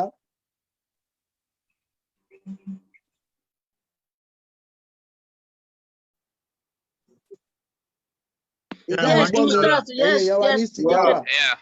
Yes, we can hear you, sir. Tó bá ti ń tó àkókò tó bá ti kù 5 minutes ẹ sọ fún mi pé ó ti kù 5 minutes. Torí mi mọ minutes ẹ fẹ́ ká fi ṣe. Ẹ já sọ fún yín pé ẹ ní 15 minutes báyìí because ẹ tún máa fún wa wákàtí díẹ̀ and then máa ṣe question and answer and then máa fún wa ní special prayer. Ọlọ́run ṣe rọrùn. Yes, sir. Ẹ̀ṣẹ̀ tí aṣẹra ẹni ó dáa ká gbìyànjú ká mójú kúrò fúnra ẹni nítorí pé ìgbà tó o bá sì ń gbáyé gbọ́ mi wọ́n máa ṣe ọ́ ó máa ṣẹ̀yàn a máa dáadáa ẹ̀ṣẹ̀ oríṣi ọ̀nà bíi mẹ́ta lẹ̀ṣẹ̀ máa gbà wá a máa dáadáa ẹ̀ṣẹ̀ tó yẹ pé èèyàn gangan lèèyàn dẹ́ṣẹ̀ directly wọ́n a máa dá ẹ̀ṣẹ̀ sí ni lọ́rùn bíi kó o kọ́lé kán bọ̀ sọlé ọ̀hún di ilé ọtí àbí ilé aṣẹ́wó bí wọ́n bá ti ń ṣe àìdá nínú ilé nì tó o sì mọ̀ àṣọ tó o bá mọ̀ o tó o dẹ̀ mọ̀ wípé àìdá ni wọ́n gbélé ìkalẹ̀ fún tó o sì ká wọn lọ́wọ́ rọ̀ bí wọ́n bá ti ń pín ìpín àìdá níbẹ̀ wọ́n máa pín tìwọ́ onílé náà dì ọ́ ó dàbí ọ̀rọ̀ ọ̀mùtí ni àwọn èèyàn tí ìyà mímu tí àwọn èèyàn tó so mọ́ ó pọ̀ púpọ̀ báyìí ẹni tí tọ́tí yóò jẹ̀yà ọtí almosteri ẹni tó rọtí yóò jẹ̀yà ọtí báàní baitil kham ẹni ó kọ́lé ọtí táwọn èèyàn ń tọ́tí mẹ́ yóò jẹ̀yà ọtí oríṣi èèyàn àwọn àfọ oníṣẹ̀ríyà ni wọ́n ní wọ́n jẹ̀yà ọtí kódà jẹ́ kó yí ọ káfíńtà tó lọ bá wọn kan léètọ̀ sílé ọtí wàá jẹ orí ibú ìyà tí ọlọ́tí ń jẹ nìwọ náà jẹ Alafu, forgiveness. Oda púpọ̀ kọ́mọ ànábì Ádámù. You need to learn how to forgive and let go. Níjọ́ tá a bá ti forí jìnra wa mọ́, ayé wa ò ní tẹ̀síwájú mọ́. Èèyàn ṣe ọ lẹ́ṣẹ̀, ó dẹ̀ lóò ní forí jìn. How are you going to give the person another opportunity of life? Ẹ wá jẹ́ ká bẹ̀ gbogbo ẹni tí wọ́n ṣẹ̀ náà, ẹ jẹ́ á ṣe wáàsí fún wọn náà. Wọ́n fi èèyàn bẹ̀ ọ́, o sì lóò ní gbọ́. Èèyàn kó ìyá kó bàbá rẹ̀ wá kú gbogbo ayé wá wọ́n fi ń bẹ̀ ọ́, olóò ní gbà. Ọmọ ànábì Ádámù. O gbọ́dọ̀ ní oní ONI nínú Yorùbá. Oní mẹ́ta ó gbọ́dọ̀ wà nínú ayé rẹ̀. Gbọ́ mi, nínú ayé rẹ̀ ó gbọ́dọ̀ ní onímọ̀ràn. Ẹlẹ́ẹ̀kejì nínú ìgbésí ayé rẹ̀ ó gbọ́dọ̀ ní onítìjú. Ẹlẹ́ẹ̀kẹta nínú ìgbésí ayé rẹ̀ ó gbọ́dọ̀ ní aláfẹjọ́sùn. Ìwọ ò ní kankan. O ò ní ẹnìkan tó ń tijú ẹ̀ tí gbogbo ayé bá gba nǹkan tì lọ́wọ́ rẹ̀. Wọ́n tún fi ìyá rẹ̀ bẹ̀ ọ́. Kán tiẹ̀ tó dákọ̀ ìyá rẹ̀ ló ti ní. Tí ìyá mi bá wá látọ̀run, wàláhì ní gbọ́. Wàláhì ò ní gbà. Ẹnu tó fi ń pe wàláhì, ẹnu wọn ó dákẹ́ ńjọ́ kan tí ò ní sọ̀rọ̀ mọ́. Ọpọlọ tó há ẹ̀sẹ̀ ẹnìkan sí, ọpọlọ wọn ó dà. Ńjọ́ kan tí wọ́n lò ti ya wèrè. Bó o bá sì ya wèrè, ẹ̀mí tí ń gbé ọpọlọ rú, ẹ̀mí ò kú omi ẹ̀jọ́ kan. Ó wà lọ pàdé ọba rẹ̀ lẹ́sẹ̀ ògbèjì. Ìyẹn wá bẹ̀ ọ́. Ó dẹ̀ lóò ní forí jìn, ó ní mójú kú òkú. Ó yá wo ra rẹ̀ wò. Tó bá jẹ́ pé wọ́n ni wọ́n fi ń bẹ́ èèyàn ńkọ́. Àbí ṣó dájú ẹni wọ́n fi ń bẹ́ èèyàn lọ. Jẹ́ kí agbádá tó fi ń dá yìí tó fi ń dá àríkàndá rẹ̀. Jẹ́ kó mọ níwọ̀n nítorí wípé nínú sẹ̀mí ẹyọ kan tí wọ́n ti bẹ̀ ọ́ wípé kó o má bínú, we are sorry tí gbogbo èèyàn ń kúnlẹ̀ fún ọ. Nínú sẹ̀mí òun náà o lè padà tún do lórí ibú tó jẹ́ pé wọ́n ló tún máa bẹ àwọn tí ń bẹ̀ ọ́ lẹ́ẹ̀kan. Gbogbo wa la lọ skul nílẹ̀ Yorùbá, ẹni ó bá lọ skul nílẹ̀ Yorùbá nínú wa. Ìjàpá ìyẹn níbo èrèrè àbíbò làwọn Yorùbá ti pè. Àná ìjàpá ṣẹ̀jàpá. Ìjàpá bá bínú ló bá de àná rẹ̀ mọ́lẹ̀ nídìí igi. Bó ti dè é mọ́lẹ̀ nídìí igi, ó wá dúró tì í, ó mú pankẹ́rẹ́ ń já nípa tiẹ̀, ó nà á. Táwọn èèyàn bá ti ní ìwọ ìjàpá kí lànà rẹ̀ ṣe, yóò lọ ṣe báyìí, ó ṣe báyìí, ó tó bẹ́ẹ̀, ná dáadáa ní gbogbo èèyàn sọ lálọ nígbà wọn ń lo oko. Ìjàpá wá torí ipáyé sọ wípé òun ló ń jàre. Ìjàpá sí ààrẹ lò. Ọmọ ìyá mi tí wọ́n ń bẹ̀ lórí kinní kan tó lóun ní gbọ́. Opportunity ni ààrẹ tó jẹ. Má ṣì lò nítorí nínú sẹ̀mí kan ó tún lè padà jẹ̀bi. Ọba tí èso ọbẹ̀ ẹnìkan lọ́lọ́run kìí ṣe kọ́sítọ́mà, kìí ṣe mọ́gàjí ilé yín. Ayé tá a wà ní family house ni gbogbo wa lájọ ní. Bí wọ́n bá ṣì ọ́, gbìyànjú láti lámojú kúrò fọ́mọ ànábì Adam. Nítorí pé èèyàn ni wá, a dá wa lẹ́ni tí ò pé, à ń gbáyé lẹ́ni tí ò pé, á kú lẹ́ni tí ò pé. Olóò ní forí jìyàn láéláé, wá jẹ́ ń bí ọ́, só mọ̀ ọbẹ̀ láéláé ni.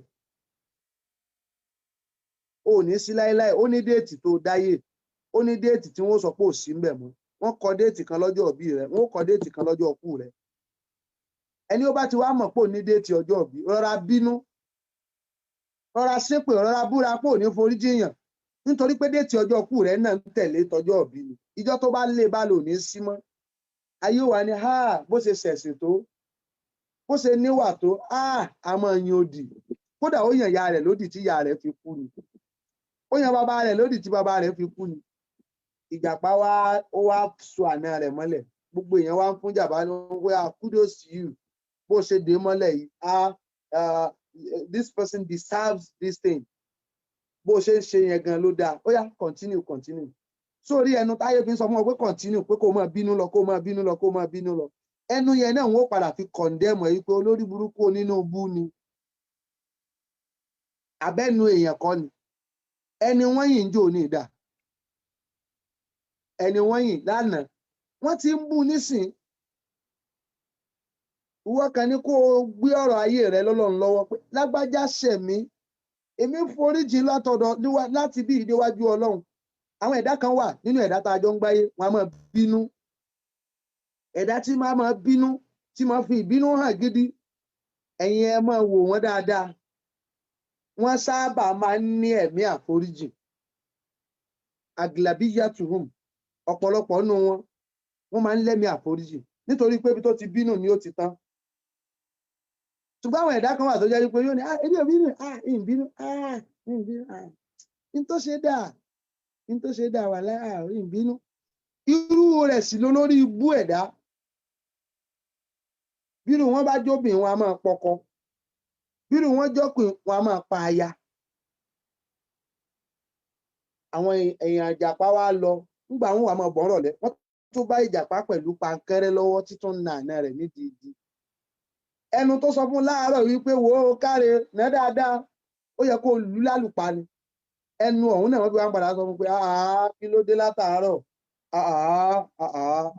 kí náà wọ́n wá ṣe tó báwọn kí ló ṣe tó báwọn ó dẹ̀ wá dé mọ́lẹ̀ látàárọ̀ ó dẹ̀ ń ná sóòpá ni tó ṣẹ̀jẹ̀ṣẹ̀ lọ ni yóò lẹ́sẹ̀ ẹlòmíì náà tó wà nù kádàrá ta ni yóò ṣẹ̀ láyé yóò lọ ṣèyún náà àbí gbogbo bá kú bíbò ní òṣèṣe léhùn wọ́n bá bẹ̀rẹ̀ sí ní kọ̀ǹdẹ́mù ìjàpá tí wọ́n bú lẹ́ẹ̀kan àti wọ́n yìn lẹ́ẹ̀kan wọ́n bá bẹ̀rẹ̀ sí ní fẹnu ọ̀hún bú làwọn Yorùbá fi ní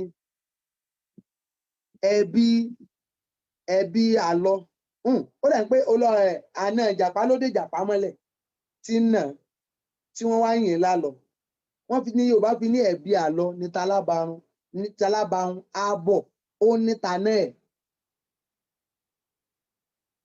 torí ẹni tí wọ́n fi ń bè ọ yẹn ẹ̀bi rẹ̀ díẹ̀ ni ó mọ tí ìbínú rẹ̀ bá ti pọ̀ jù nínú ìgbésí ayé a kò gbọdọ̀ kórìíra ẹni abáfẹ́ bá rojọ́ ẹ̀dá ò gbọdọ̀ jẹ́ni tí ó kórìíra ẹni ó bá fẹ́ bá rojọ́ ẹlẹ́kọ̀ọ́kan ní alamatinilẹ̀ àyàtú ayé fi mọ̀ mí ayé kọ́ mi lẹ́kọ̀ọ́ an ají alakọ́lbi madinatun buyutiha muhabba watorikuha samahatu wàlà afuwi ẹlẹ́kọ̀ọ́ yìí ní ayé gẹ́gán torí pé ayé tá a wà yìí madrasatun ilé ẹ̀kọ́ láyé school láyé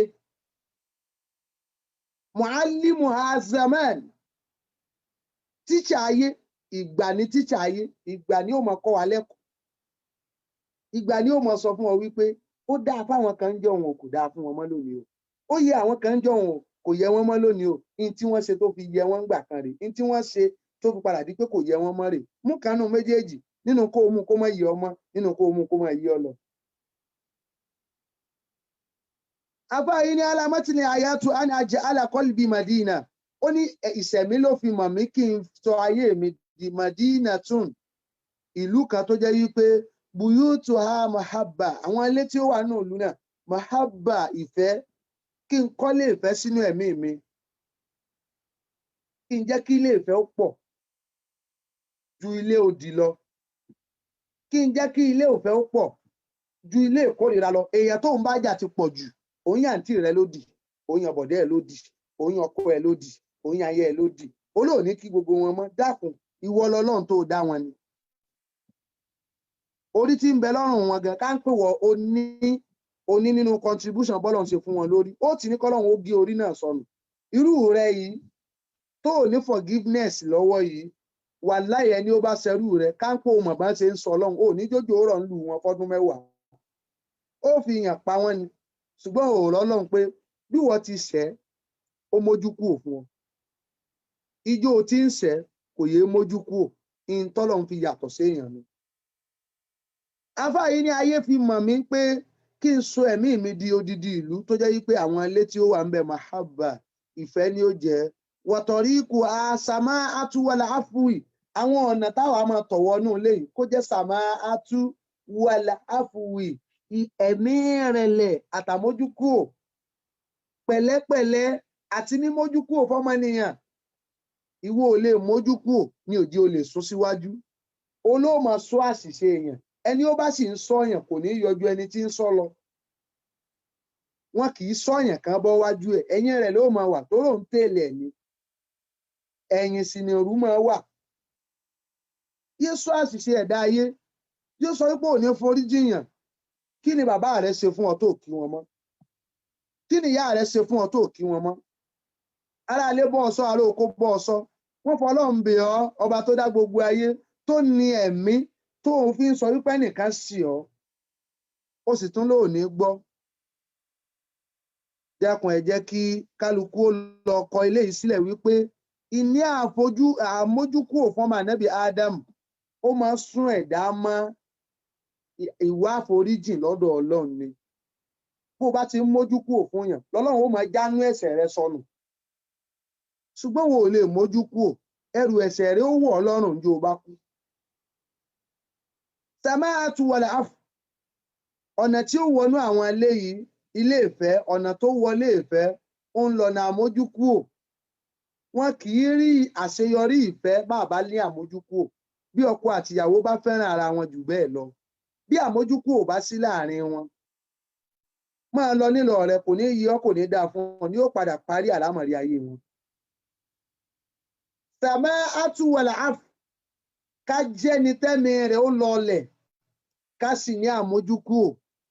These are the two things tó yẹ kí ọmọ ànábì Ádámù ó dì mẹ́rù rẹ̀ tó bá fẹ́ máa wọ buyutul mahabba ilé ìfẹ́ tó sì fẹ́ jẹ́ni tí yóò gbé ayé dáadáa tí yóò bọ́ lọ́hùn dáadáa. àfáà yìí tún wá ní nínú táyé tó fi mọ̀ mí wà á ní àátọ́ wàlà àǹtásìl kí n máa bùnyàn kí n sì má máa retí padà pé mo fẹ́ gbà padà ayé ló kọ́ mi lẹ́kọ̀ọ́ bẹ́ẹ̀ kí n máa bùnyàn kí n má máa lẹ́mìí pé mo fẹ́ gbà padà tó o bá gbé ẹ̀mí sí pé lágbájá tó o ṣe lóore yóò san ó ní ráyè sún síwájú o don't ever expect payback for the goodness you have done for others. Torí pé gbogbo oore tọ́lọ́run ń ṣe fún ọ mélòó ni ìwọ náà san fọ́ba rẹ mọ́ lè rò pé o fẹ́ gba ẹ̀san padà lórí ere tó o ṣe. wàlá àǹtẹ́sìrù rọ́dá alàlà àtọ̀ wà á àtàsọ́dáka máa ànáfsí kọ́bùlà àn àtúbà min ahadin àyàn fàání wà á àtàsọ́dáka máa ànáfsí kí n sì máa bẹ́ẹ̀mí mi sòótọ́ ọ̀rọ̀ o ní ẹ̀mí ṣùgbọ́n ò ní conscience tí máa pè ẹ́ padà wípé you are wrong. You are always right to yourself. That is the reason why you find it difficult to forgive others because you always find yourself right. You never for once find yourself guilty upon anything in life. And you are not always right and you can never be right always. Lẹ́yìn náà, àfáà yìí ní àtàsọ́dáka máa nafsi níparí wáàsí kí n máa fi ẹ̀mí kí n máa bára mi sọ̀rọ̀ òótọ́ ọ̀rọ̀ kọ́bùlà an àtúlùbà mi ní ahadin ayanfààní kó tó di pé màá wá kẹ́nìkan ó bá mi kó ṣe mí láǹfààní wàhálà mọ́tìlélẹ̀ àyàt ńlá àǹdàmà àlà shay'in wà á ní àjẹ́ àlàlà àmàlà misbahan yurafiquni fi kulli makani. Allahu akbar. Kí n sì máa ní èrò tó kúnná. Èrò tó kúnná yìí, òun náà ni yóò máa jẹ́ ẹnìkejì mi ní gbogbo ààyè láyé, gbogbo wa pátápátá. Let's learn how to forgive others. Because Almighty Allah is always forgiving you whenever you seek Him to forgive you upon all things, except shirk. lẹ́yìn ẹbọ Ọlọ́run ní inna Allaha la yaghfir an yushraka bihi wa yaghfiru ma duna dhalika liman yasha. Ọlọ́run ọba a máa forí gbogbo ẹ̀ṣẹ̀ sí jìn ẹni ṣùgbọ́n ká ṣẹbọ pẹ̀lú ẹ̀. Ẹ̀dá ní láti wá ọ̀nà láti má ṣẹbọ nítorí pé Ọlọ́run ò ní fọ̀rọ̀ ẹbọ ṣeré. Ìwọ tó ṣẹ̀yàn gbìyànjú ó lọ bẹ̀. Àṣẹ̀fù láà tó ń ṣàjọ yìí òun kọ́ ni yóò parí ẹ̀ṣẹ̀ rẹ̀. Ọ̀tọ̀ lẹ̀ṣẹ̀ tó ṣẹ̀ Ọlọ́run. A sì lè ṣẹ̀ Ọlọ́run. Ara wa náà la máa ṣẹ̀. Lọ wá mójú kúrò ẹni ó pa lẹ́kún try láti lọ pa lẹ́rìn. Ẹni ó já láyà try láti fi láyà balẹ̀. Ẹni ó gbé ṣubú try láti gbìyànjú kó gbé dìde. Ẹni tó bá tiẹ̀ jẹ́ try láti lọ tún tiẹ̀ ṣe torí pé ayé tá a wà yìí fúngbà díẹ̀ ni. Ibi tá a ń lọ ó ju ibi tá a wà yìí lọ. Aláfíà Ọlọ́run kó lọ máa bá gbogbo Istijabah tí wọ́n ṣe àgbékalẹ̀ wáàsí yìí fún ará ayé lálẹ́ yìí. Ọlọ́run kó dákun kó jẹ́ kí ó ṣàǹfààní fún gbogbo etí tó ń gbọ́ wa, gbogbo ọkàn tí ó wúlò fún. Ọlọ́run darí ẹ̀mí wọn láti lè gbọ́ ọ̀rọ̀ náà wípé a máa mójú kúrò ní o.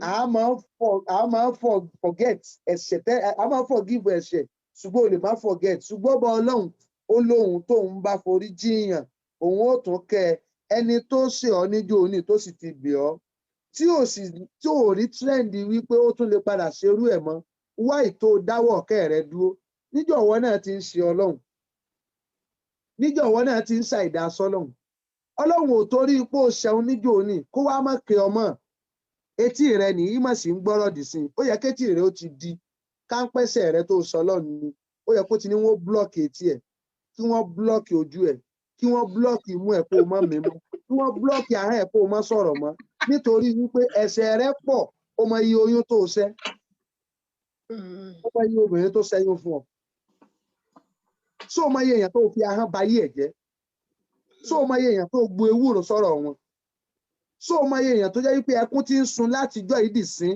tí wọ́n fi sá lọ ìlú èbó àbí tó fi wà láàyè ibi tó wà orí àga tó wà orí àwọn kan ló mọ̀ jókòó lé torí ti ẹlẹgbọn rẹ ò fi kàwé torí ti ẹlàntì rẹ ò fi skul ìwọ kàwé orówó tán ó jẹ́ èèyàn tán ó sì gbàgbé wọn sínú ìyà lóko ó gbàgbé wọn sínú ìyà lábúlé tọ́lọ́run bá wá dé sí ọ níjọ́ tí òṣùwọ̀n rẹ bá wá kún lọ́dọ̀ Ọlọ́run tọ́lọ́run wá ní àdánwò tó ní sá ó yá dìde lọ bá lágbájá ó wà ní wọ́n ń ṣe ọ ni ó wà máa dààmú àwọn àfáà kan Nàìjíríà pé àfẹ́ tó bá ń bẹ̀rẹ̀ kílẹ̀ tó la máa ṣe kílẹ̀ tó la máa kò sí nǹkan kan tá a ṣe àwọn èèyàn tó fi sínú òde ńlé jáde owó wá ṣàánú wọn àwọn tó bá rẹ kó owó wọn mówó tó kó sọ́wọ́ rẹ bùn wọ́n bẹ̀ àwẹ̀ lóde yìí mílíkì ò fún yàn gààrí lásán ò fún yàn iṣu ò fún yàn ìrẹsì ò fún yàn tó bá dìgbà wọn bá fẹ́ yọ sàkátù fítírì sàká nǹkan jíjẹ ló wàá gbé ọkà bàbà lọ lé ìmáàmù yín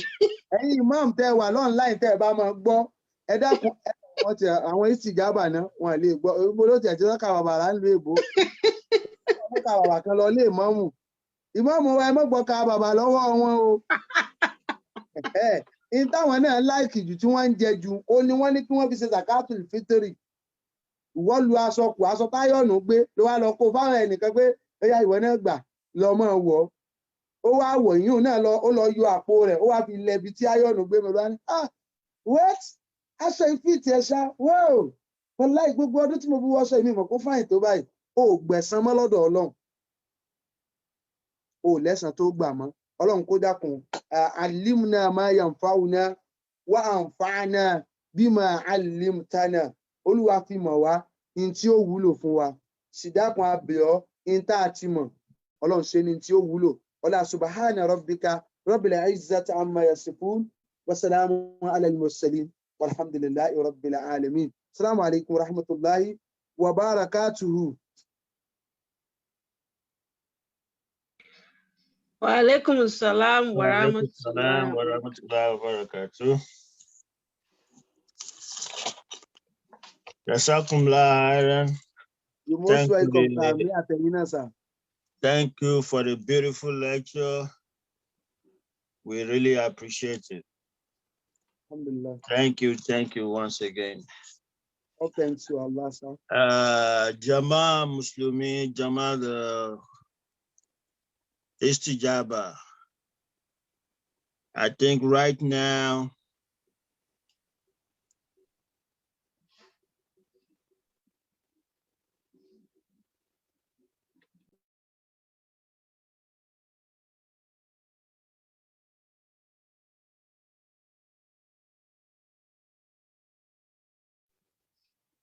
Can anybody hear the MC?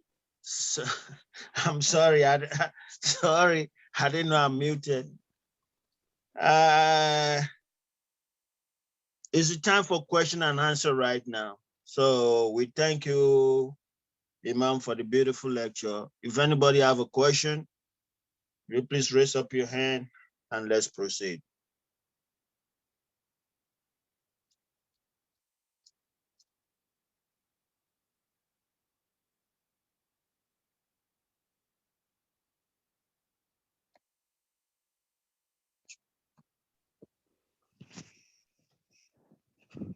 Assalamu alaikum.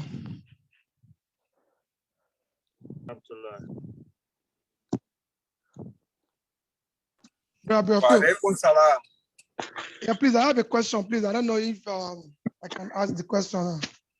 Please go ahead. Assalamu alaikum, stars. Thank you so much, Alhaji AbdulBasit, for that beautiful lecture. You're most welcome, sir. Ọlọ́run á ṣe àlékún ìmọ̀ yín àti ìmọ̀ nìyí. Question kékeré tí mo fẹ́ bèrè ni pé, because tíyàn bá ṣe nǹkan fún ẹ, tí nǹkan yẹn dùn ẹ gan, tó wá lọ bẹ́ẹ̀ nìyẹn pé nǹkan tó ṣe fún ẹ yìí ó dùn ẹ, tẹ́ni ẹ̀ dẹ̀ dúró pé òun ò ní, ó rí ọmọpẹ́ ni ẹ̀gán rí pé òun ṣe nǹkan tó dùn ẹ, but ó dúró pé òun ò ní, kò ready àti offer any sorry after all said and done. So when you turn around situation yẹn, ṣé irú ẹni bẹ́ẹ̀ o lè sún sẹ́yìn fún pé okay, because tó bá ti ń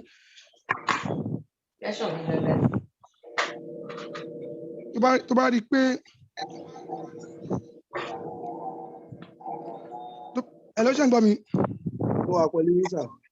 Yes, tó bá rí pé kíní yẹn ó ti ń affect maybe emotionally, so can you just withdraw and just let that person be? Because I'm a bit confused pé Islam ò fàyè gbà pé ká máa yan òdì, but ó fẹ́ yan òdì bọ̀ ó pé ó lè continue láti máa dì pẹ̀lú ẹni yìí, because ẹni tó ṣe nǹkan tí ó dẹ̀ rí pé òun ṣe aburú fún ẹ lẹ́yìn tó ti sọ fún un, ṣó lè sún sẹ́yìn fún irú ẹni bẹ́ẹ̀? Question mi fẹ́ bèrè yẹn. Okay, sir. Alhamdulillah wa alamin. Ìbéèrè tẹ́ béèrè ìbéèrè tó dáa ni. Ihdina siratal mustaqim. Wallahu a'lam bi kulli shay. Torí tí ẹ̀dá bá ṣe ẹ̀dá, tẹ wá lọ confront ẹ̀, tẹ sọ fún wípé ó ṣẹ̀mí, ó ṣe báyìí, tó tún sì wá insist lórí pé tóun ṣe kò kí ń ṣe ẹ̀ṣẹ̀. Àwọn bàbá wa nílẹ̀ Yorùbá wọn a máa pa òwe kan. Wọ́n á ní ajẹ̀bi mámọ̀, òun ló ń kógun jàlú. Irú ẹni yìí ó fẹ́ kí ogun ó jàyàn nìyẹn. MC ẹjọ ẹ bá wa mú ti gbogbo àwọn èèyàn so that a bá fẹ́ bẹ̀rẹ̀ question nìkan ni kí ẹ open wọn. Irú ẹni yìí ó fẹ́ kí ogun ó jà nìyẹn. Tẹ̀dá wá ní kó gbìyànjú láti má jẹ́ kí ogun ó jà òun. So ẹni tí ó ṣẹ̀ tí a dẹ̀ sọ fún yín pé n tó ṣe yìí ò dáa, tí kò wá gbà wípé n tó ń ṣe ò dáa. One of the best things tá a lè ṣe láti jẹ́ kí àlàáfíà ó lékè, òun náà ni ká yẹra fúnrú ẹni yẹn, àbí ká pèsè ọ̀nà tírú ẹni yẹn ó fi yẹra fún mi. Ṣùgbọ́n léyìí tí ò ní mú ìjà dání, torí nínú tọ́ba wa tó láyé Islam, ẹ̀sìn tó ní ètò ni. Ànábì Muhammad sallallahu alayhi wa sallam, Ànábì dẹ̀ jẹ́ kó yé wa wípé nínú àwọn tí ò ní ládàá ààwẹ̀ bí wọ́n ti rí wọn ó gbà àwẹ̀ tó ìrìn èèyàn mẹ́rin kan wà tó jẹ́ pé bá a ti ń gbà àwẹ̀ wọ́n kàn ń pe ibi lẹ́mọ́nú lásán ni wọn ní ládàá àwẹ̀ kò wá sáàyè láti ka mẹ́rẹ̀ẹ̀rin ṣùgbọ́n èyí tó wúlò fún tá à ń sọ lọ́wọ́ yìí níbẹ̀ òun náà ni mu'minun alladhi hajara akhahu fawqa thalathin mùmìnì tí ó bá mùmìnì ẹgbẹ́ ẹ̀ yòdì tí ọjọ́ mẹ́ta tó fi ń kọjá lórí ẹ̀ wọ́n ní irú mùmìnì báyìí wọ́n ní kò láàwẹ̀ kódà kò lẹ́sìn gan ni a gbọ́dọ̀ máa bára ẹni yòdì kán wá sọ wípé ìwọ gúùdù lódì yàn kò gbọ́dọ̀ jẹ́ mùsùlùmí wọn máa sọ bẹ́ẹ̀ fún so irú àwọn àlámọ̀rí báyìí ẹni tó bá ṣẹni tí ó mọ̀ pé òun ṣẹ̀yàn tí ó dẹ̀ gbà ẹ̀já fi ilẹ̀ àtá títí tó fi máa dá ń tó ṣe mọ̀ lẹ́sẹ̀ tí ò bá dẹ̀ dá mọ̀ lẹ́sẹ̀ ẹ̀já fi ilẹ̀ pẹ̀lú Ọlọ́run ká sì ní lẹ́mìí wa wípé àwọn òdì sínú àti forí jìn ó kù sọ́wọ́ òun àti kádàrá ẹ̀ wallahu a'lam.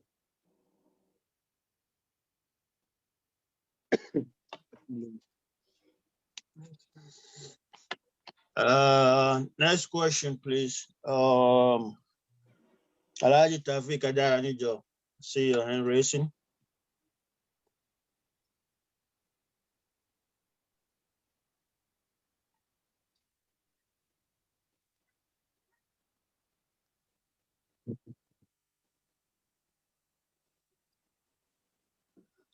Alhaji Tafik, you are muted. You are muted. In case you are talking, we cannot hear you.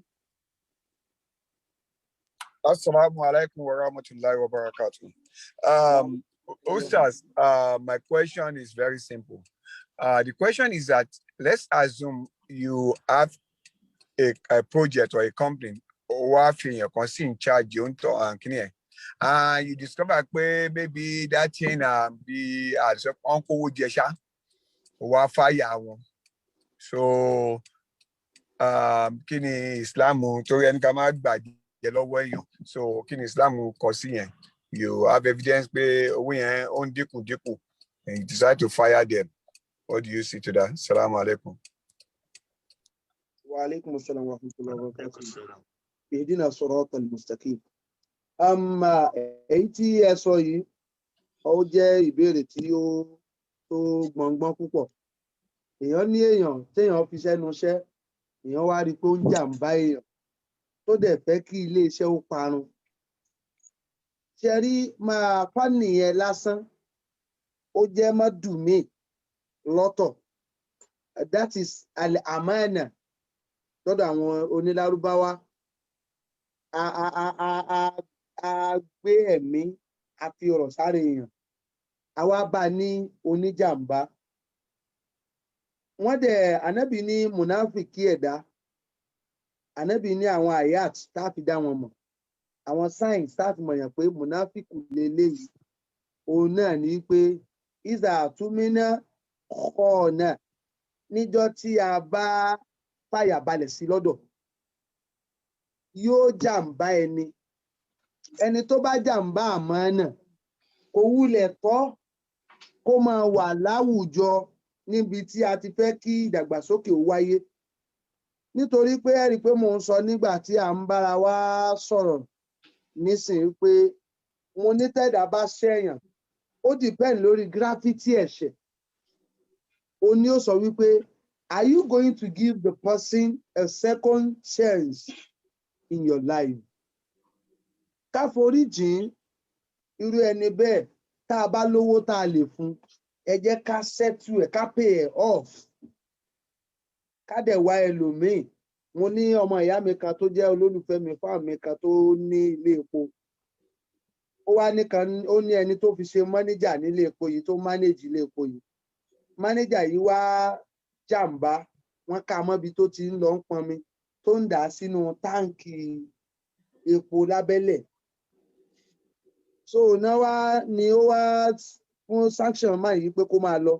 Ìyẹn bá mi ló bá wá bẹ̀ mí pé kí n bóun bẹ̀ òun mọ̀ pé mi nìkan aláàjì lè gbọ́rọ̀ sí lẹ́nu. So mo wá ní nírúurú àlámọ̀rí báyìí èmi kì í múyàn lọ́wọ́ lẹ̀ fún yà jẹ mi ò dẹ̀ kí ń hùwà kí ayé aláyé ó bàjẹ́ wọn kì í báyàn bẹ̀bẹ̀ lórí irú àlámọ̀rí torí tí n bá fún ká ń pé Ọlọ́run ò tú ọfó ká ń pé Ọlọ́run ò fẹ́ràn ẹni ó ní iléeṣẹ́ kó tún náà àṣírí n tó ń ṣe yìí ni ó súnmọ́ kó o sọ ẹni yìí dolòṣì látara irú tó ṣe yìí nítorí pé ńgbà tí ó bá gbé kalẹ̀ táyé ò gbọ́ ọmọ tí wọ́n dẹ̀ wọ̀dọ̀ rẹ̀ mọ́ ń kọ́ so irú àwọn àlámọ̀rí báyìí ó jọra wọn pẹ̀lú àwọn ọ̀rọ̀ tẹ́ ń sọ yẹn ẹni tó bá ṣerú ẹ̀ ṣẹ̀ríà ní ká yọ̀ǹda rẹ̀ kó máa lọ ṣùgbọ́n kó má jẹ́ tìjà ká mọ̀ fún ní opportunity àti ṣe ń tó burú fún ni mọ́ ni ṣùgbọ́n ká ṣe ń tínú rẹ̀ ó fi dùn kódà bínú rẹ̀ ò dùn kó ń lù ṣiṣẹ́ ká fún ní owó ọ̀yà pé gbà gẹ́gẹ́ bí òṣìṣẹ́ mo fún ọ lówó yìí ìwọ náà lọ wá nǹkan kan fi ṣe nù ìgbésí ayé rẹ Ọlọ́run ó kún ọ lọ́wọ́ Assalamu alaikum wallahu a'lam.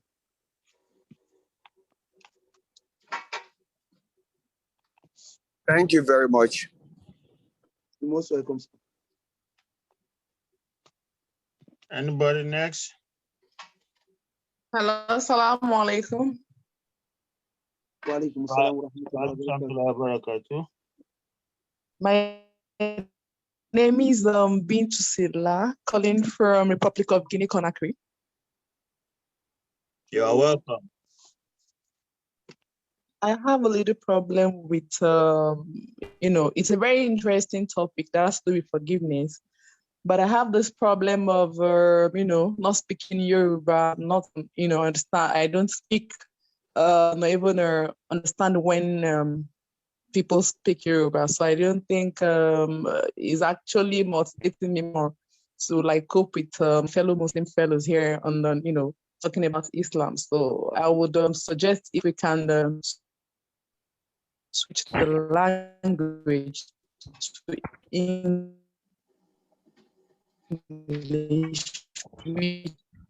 I can't hear you clearly. Understand. I don't know if it's clear by everyone. I said my name is Bintu Sidla, calling from Republic of Guinea-Conakry. Suggest something. You are making a suggestion.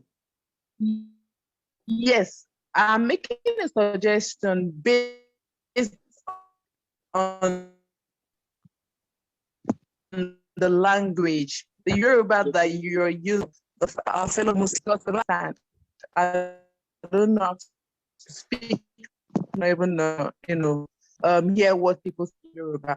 So it's not really like motivating me here to be able to follow what is going on here.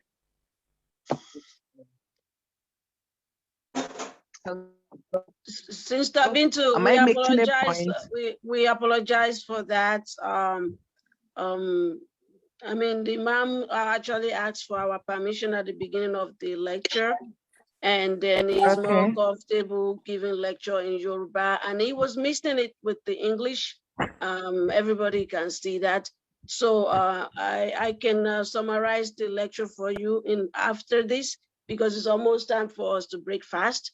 I can get your phone number and then we will talk about what Alhaji said. So again, I apologize on behalf of Ali Azim Group. It's just because there is no time. You can tell that he can speak English very well. He's just comfortable giving lecture in Yoruba. And he can actually summarize for you, but we don't want to kill time as we speak, because we have some more people that ask questions. I'll get your number and we will talk, inshallah. All right. No problem.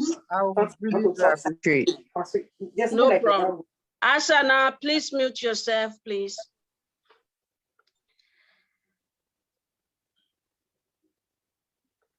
We have Alhaji Okoya also ask question. Daddy, the floor is yours. Assalamu alaikum. Wa alaikum salam wa rahmatullah. Ọlọ́dọ̀ fún gbogbo lecture tẹ́ fún wa. Ọlọ́run máa san yín lẹ́san rẹ̀ o. Àmín ya Allah. Ìmọ̀ náà tún máa lékún sí fún yín o. Question mi kò ní tí èèyàn bá ní ọ̀rẹ́ tí ó bá ọ̀rẹ́ ẹ̀ sọ̀rọ̀ ọ̀rọ̀ àṣírí tí ọ̀rẹ́ ẹ̀ dẹ̀ wá gbé ọ̀rọ̀ yẹn kó tó pẹ̀yìn dà ó ti pé àwọn kan ti sọ fún wọn ṣùgbọ́n àwọn ẹlòmíì wọ́n á wá fi ọ̀rọ̀ yẹn wọ́n máa fi takùn síyàn ṣùgbọ́n tẹ́yìn ò bá wá wo bẹ̀ ọ̀rẹ́ tó sọ̀rọ̀ fún yẹn ó tún yìí ń bá ṣe ṣùgbọ́n gbà míì wà tún sọ̀rọ̀ míì kó tó tún takùn ó ti lọ ṣùgbọ́n bí èèyàn ṣe jẹ́ mùsùlùmí tó èèyàn kò sí àṣírí kankan ní ọ̀dọ̀ Ọlọ́run èèyàn kàn sọ pé nítorí pé ó súnmọ́ ẹ̀dá ni pé bí ọ̀rọ̀ tí wà sí tẹ̀ ṣe láti ní aláfi ọ̀rọ̀ sùn so tó bá fọ̀rọ̀ sọ̀yàn tó bá fi ọ̀rọ̀ ẹ má bínú èkó ló sọ̀rọ̀ tẹ bá fọ̀rọ̀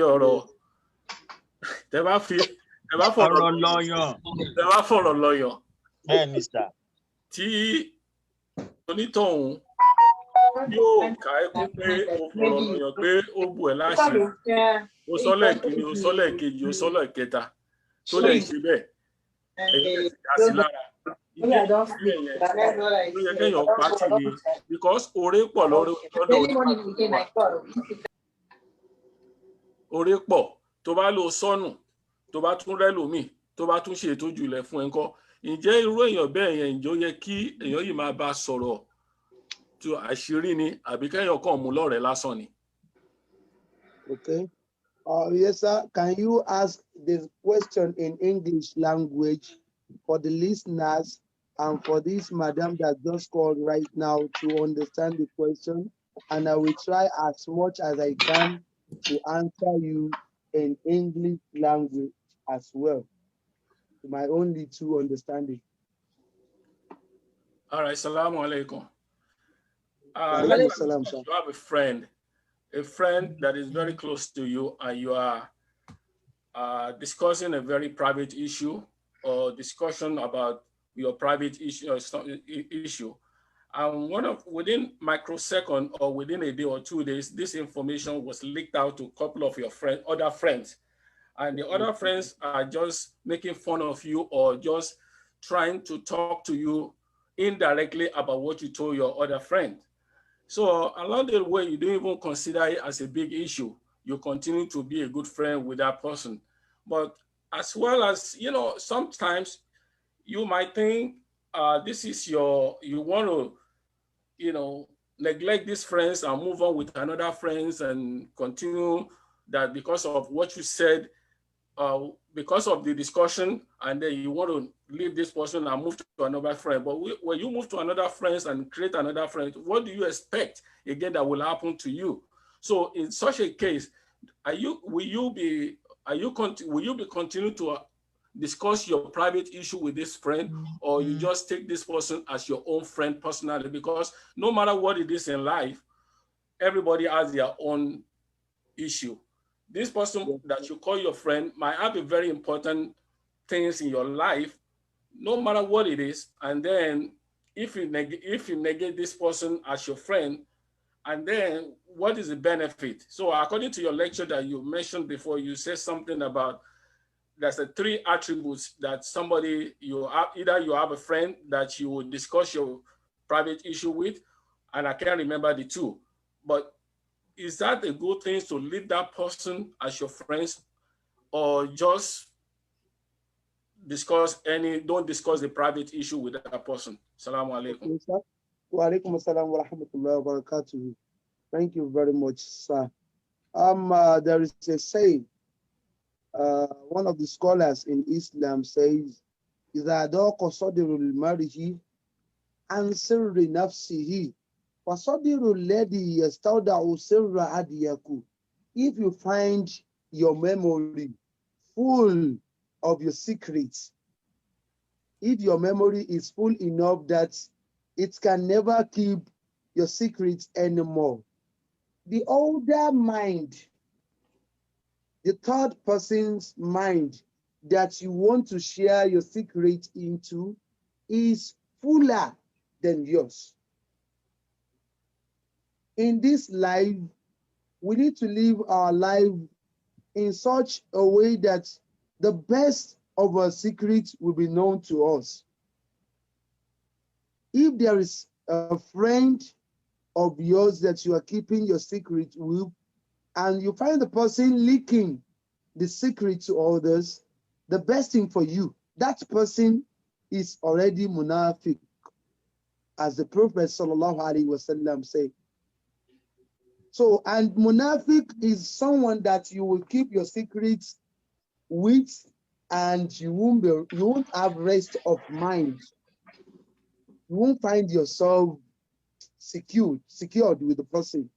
So having a friend, keeping your secrets with the friend, and finding your secrets everywhere, that means the person is not your friend. You need to create a bridge, a strong bridge between you and the person, between the person and your secrets.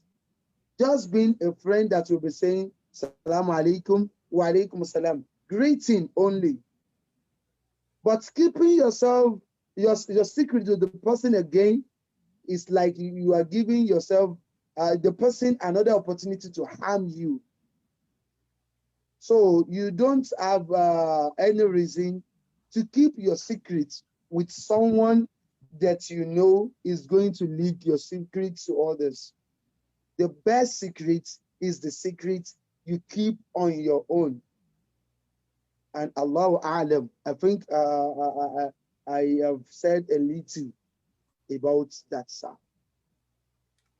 So, ní Yorùbá, kí n sáré tún sọ lọ́dọ̀ àwa tí ẹ̀dá bá ti rí pé ẹ̀mí òun kún púpọ̀ láti gba àṣírí òun sínú, ẹ jẹ́ kó yé ẹni yẹn wípé ẹ̀mí tó fẹ́ lọ kó àṣírí ẹ̀ sínú, ẹ̀mí òun ti kún ju tọ̀dọ̀ rẹ̀ lọ. Kò sí bá a ṣe fẹ́ ṣe láyé ìtorí òní mi. Èèyàn mẹ́ta àbí èèyàn méjì kan ni ò ní láṣeyọrí láyé. Ẹni tí kì í gbàmọ̀ràn àtẹni tí mo gbàmọ̀ràn àgbà jù. Ẹ̀dá ní láti wà in between. Kó o máa seek indulgence àwọn èèyàn lórí nǹkan. Or kó o dẹ̀ tún máa ṣe nǹkan on your own. Because nítún máa fi ọ̀rọ̀ ayé ara ẹni han ayé jù nígbà míì kì í jẹ́ kí ẹ̀dá ó débi tó ń lọ. Etí ẹlòmíì wà tí kì í gbọ́re. Kì í ṣe pé òun ni ò láníyàn tó dáa. Etí tá a fún ni. Tó bá ti lè gbọ́ ire tí ò tí ì ṣẹlẹ̀, ire yẹn ò ní ṣẹlẹ̀ mọ́. You need to announce your success, not the process. Assalamu alaikum wa rahmatullahi wa barakatuh. Wa alaikum salam wa rahmatullahi wa barakatuh. Thank you. Thank you, Staus. I think on this point, we out of time. It's time for us to break our fast and pray Maghrib. So I think we're going to. Alhaji, wallahi èmi tí mo bá yín sọ̀rọ̀ yìí, àti Kotonu ni mo ti dé nísìnyí tí ìṣínú fa lẹ́yìn omi tí mo mu yìí. This is to one. Lóru ní Nàìjíríà ń bí. Aago kan òru ló fẹ́ lù yìí ní Nàìjíríà. Láti sàárì tí mo ti jẹ láti àná, omi tí mo mu láti bírèkì rẹ̀ nítorí pé ìfẹ́ disappoint mi. Alhamdulillah. Jazakumullah. Àmín o bàbá. Ẹ ṣé gan. Ọlọ́run bá wa san yín lẹ́san dáadáa. Àmín sà. Allah ya Nabi. Sallallahu alaihi wasallam. Because ṣe rí ọ̀pọ̀lọpọ̀ nínú wa náà ń bí báyìí, àwọn míì náà tún máa lọ bí iṣẹ́. Àwọn míì á fẹ́ sùn díẹ̀ kó tó di pọ́n lọ bí iṣẹ́. So mo rò pé láàrin yìí pé ká ṣe kẹ fún wa ní àdúrà parí, ká tún pè ládùúrà bẹ̀rẹ̀ kí Ọlọ́run kó gbà kọ́ láàánú òtítà wa yìí kó gbàdúrà ẹnì kọ̀ọ̀kan wa. Lẹ́yìn ìgbà náà á wà pé àwọn tí ó bá wa ṣe votox tó máa bá wa dúpẹ́ lọ́wọ́ yìí. Salamu alaikum. Wa alaikum salam wa rahmatullahi wa barakatuh. Tó a bẹ̀ Ọlọ́run ọba aláàánú ojoojúmọ́, ọba oníkẹ́ gbogbo ìgbà, Ọlọ́run gbogbo ayé, Ọlọ́run gbogbo ẹ̀yà, Ọlọ́run gbogbo ìlú, Ọlọ́run gbogbo orílẹ̀-èdè, ọba tí ó fi agbára rẹ̀, àánú ẹ̀, ìfẹ́ ẹ̀, tó fi ṣe wá ní mùsùlùmí abẹ́ kó dákun àdánwò tí mo bá mùsùlùmí tí mo sọ wípé èyí tí ẹ̀ wá ṣe mọ́ àtọ́lọ́hún àtẹ̀yìn èèyàn tẹ́ ń ròyìn ọlọ́run ẹ má jẹ́ ń rí yín mọ́ ẹ má déwájú mi mọ́ ilé yìí àti gbé tà fáwọn babaláwo ifá ní mọ̀dánìsì ọlọ́run mọ́jì ó tẹnu wa jáde o ọlá ànábì wa Muhammad mọ́ gba islam lọ́wọ́ wa tó yẹ tó fi gba islam lọ́wọ́ wa kúkú gbẹ̀mí wa sínú islam kámọ̀ yípa tán sínú islam ó yà padà sábúrú kò tó kí ẹ̀dá ó máa bá islam bọ̀ kó wá sọ wípé lásìkò kan wọn ò ṣe mọ́ olóyè àpadà sí aburú ni ọ̀bánà láti sí kùlúbànà bàdà àdéhìtànà wahab lana min ladunka rahmatan innaka antal wahhab àwa bẹ̀rẹ̀ fún gbogbo ẹnì kọ̀ọ̀kan wa gbogbo ibi tó jẹ́ sources of our success sources of our happiness sources of our income kọ́lọ́hún ó dákun kó má di kó má jẹ́ kó tán lọ́wọ́ wa kó má jẹ́ kó tán nídìí wa kó má jẹ́ ká yí ó sọ wípé kà á tán rẹ níntẹ́ni tí ò ṣe Islam tí ó fi wá bú wa wípé Islam tó ń ṣe látọ̀dún yìí kí ni tó mú bọ̀ ṣe bó náà nù má jẹ́ kó tí ò ṣe má jẹ́ kó jàre wa o ọláyà nábìlá Muhammad beyond people's imagination.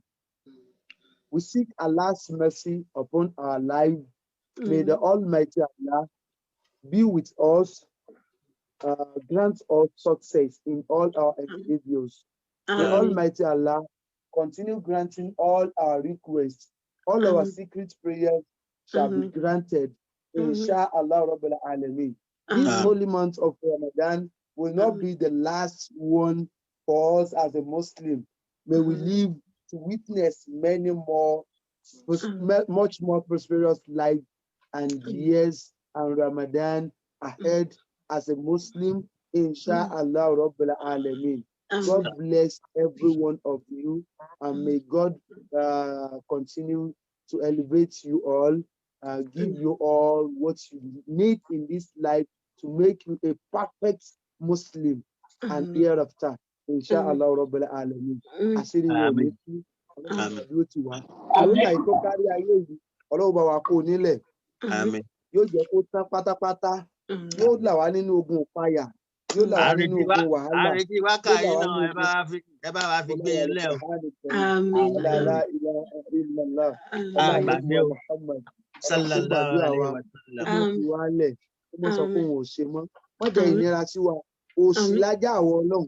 Ọlọ́run mọ́ fi òṣì pa wá. Wọ́n tà wá lóṣì.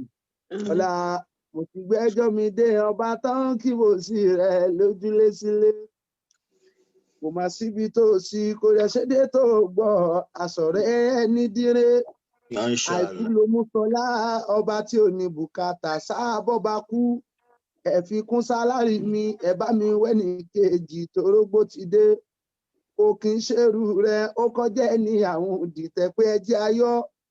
Ètò ìjọba tí ó ń lò lórí ayé ìtàlẹ̀dá tó lè sọ democracy ni autocracy ni republic ni monarchy ni communism ni dictatorship ni kò mà sẹ́ni tó lè yé ẹni dáńtẹ́ nìkan ò lè dá láéláé máa fóríkì pé ẹ táyé á gbọ́ ẹran aláǹtakùn yẹn tarantula spider lọ́dọ̀ olóyìnbó ó lè gbáyé lọ́dún méjì láláì jẹ kò dẹ̀ ní ikú rárá ìrà mílíọ̀nù kan lọ́bọ̀ ọlọ́run mi ṣẹ̀dá fún ẹ̀dá kọ̀ọ̀kan lágboolé ní ìlú ní orílẹ̀-èdè sí ẹ̀dá tọ́lọ́run dá multiply times 1 million tá ló ń ka ìrà lórílẹ̀-èdè yìí tọ́ bàbá nìkan bò wá ìbò wá láòyà sí mo káwọ́ mi sóre fún ẹ mo yíra mọ́lẹ̀ fún ẹ kò máa sọ bábí rẹ̀ àṣẹ̀dá aláàbò Subhanallahi níjọ́ tí mo rí ọ̀gá tó fọ́ lójú tó tún wá ń gbàwọ̀ ohunkóhun tó súnmọ́ ẹ̀gbẹ́ rẹ̀ ní kíákíá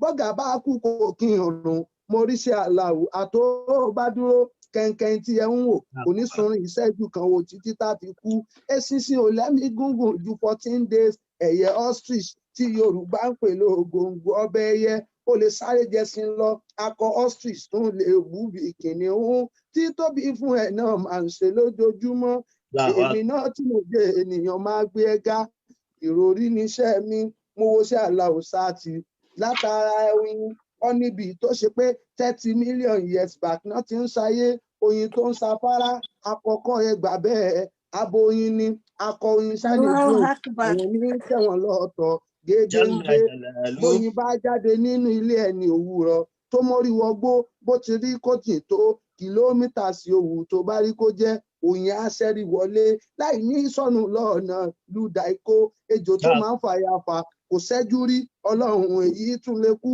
ọní owó rí fàásìrì láyéláyé 100 ọdún ni yóò lò bí ó rẹ nípa kò sáyé púpọ̀ ẹ ò sì gbọ́ lọ́jọ́ iwájú ọ̀pọ̀ nílẹ̀ falafala tá a máa sọ bùtùlù ẹ̀dá tí ó dọ́lọ́run mọ̀ tẹ́tí ó gbàlàyé mi wò ayeyeke tó bá parọ́ pẹ̀lú ọ̀dọ̀fin inú ẹ̀ wò wàá rí pèsè mi ẹ̀ ọ̀fẹ́ ló bá dé atẹ́gùn tí òun gbà sọmọbi tó ti wá níbo lọ́rọ̀ wà lára rẹ̀ sọ fún wa níbo lẹ̀mí wà lára rẹ̀ sọ fún wa èékánná ẹ̀ tó ń wù bó bá gé tán tó bá làdí èékánná ò tẹ́gùn tẹ́rán ní irun orí ẹ̀ tí òun gẹ̀ tó ń wú tuntun bọ́jú ẹ bá dalẹ̀ ó sì máa wú funfun omi ojú ẹ̀ dá níyọ̀ bó bá tọ̀ wò kí ló wàá múyọ̀ dé ibẹ̀ sọ̀ka yìí ó gbọ́ tó bá mú drink táwọ̀ ẹ̀ dúdú lójú abólómi ọsàn táwọ̀ ẹ̀ rí rẹ́súrẹ́sú tó bá wá fẹ́ tọ̀ kọ́ lọ ìtọ́rí bí omi bàbá ta ló mú kọlọ̀ kúrò sọ̀sọ́ yẹ sí ọba bí aláwù mi kò lè sí aṣọ rẹ̀ ní dire oxygen fún èdè oníye tó jẹ́ ìwọ wá sí lóṣù mẹ́fà kò ríye tó tó mo mí lọ́fẹ̀ẹ́ lóòfò ó sí ọlọ́lá torí mo lárò jinlẹ̀ ló jẹ́ ń dúpẹ́ ṣèbémi mẹ́sẹ̀ ní ìrìn mo ń ta kébé wọ́n gẹ́ lómìíràn lẹ́ẹ̀sẹ̀ wọ́n tún gé lápá ṣe bíbí tí wọ́n ti ń bọ̀ làwọn kan ń lọ favourite ẹnìkan èèwọ̀ ẹnìkan ni ohun tí wọ́n ní òwú lò tó kó lọ sígbó ṣe bóun lẹ́nìkan lọ sá tó kó wọlé wá ọjọ́ ẹ̀rín rẹ tí wọ́n ń dunnú sí láyájọ́ tẹlòmíràn fi ń banújẹ́ tí ń bá rọ́ṣẹ́ rẹ̀ wò máa kan sára o. Oníṣẹ́ alábàárà okun mi lójú Allah Allah jalla jalaluka ya Allah al-Fatiha. Bismillahirrahmanirrahim. Alhamdulillahirrahmanirrahim. Arrahmanirrahim. مالك يوم الدين إياك نعبد وإياك نستعين اهدنا الصراط المستقيم صراط الذين أنعمت عليهم غير المغضوب عليهم ولا الضالين آمين سبحان ربك رب العزة عما يصفون والسلام على المرسلين والحمد لله رب العالمين. Alhamdulillah. Jazakumullah. We really appreciate you. That was lovely. Thank you very much. We're going to cut our mission board to give a vote of thanks. Anybody there? I think Alhaji Okoya is there. Not sure. And Brother Said Akiola is also there. Istijabah, I told you. Amen. Gbogbo ọmọ ẹgbẹ́ pátá ìpayà ìdààmú Ọlọ́run ní jí ó bá yín àti bàbá wa Afọlárìn Ọlọ́run ní fi yín lẹ̀ àti gbogbo jàmáà lápapọ̀. Salamu alaikum wa rahmatullahi wa barakatuh. I told you will not be disappointed. See, he is a multitasker. He's talented, he's energetic and young. Thank you very much. That was alaikum salam.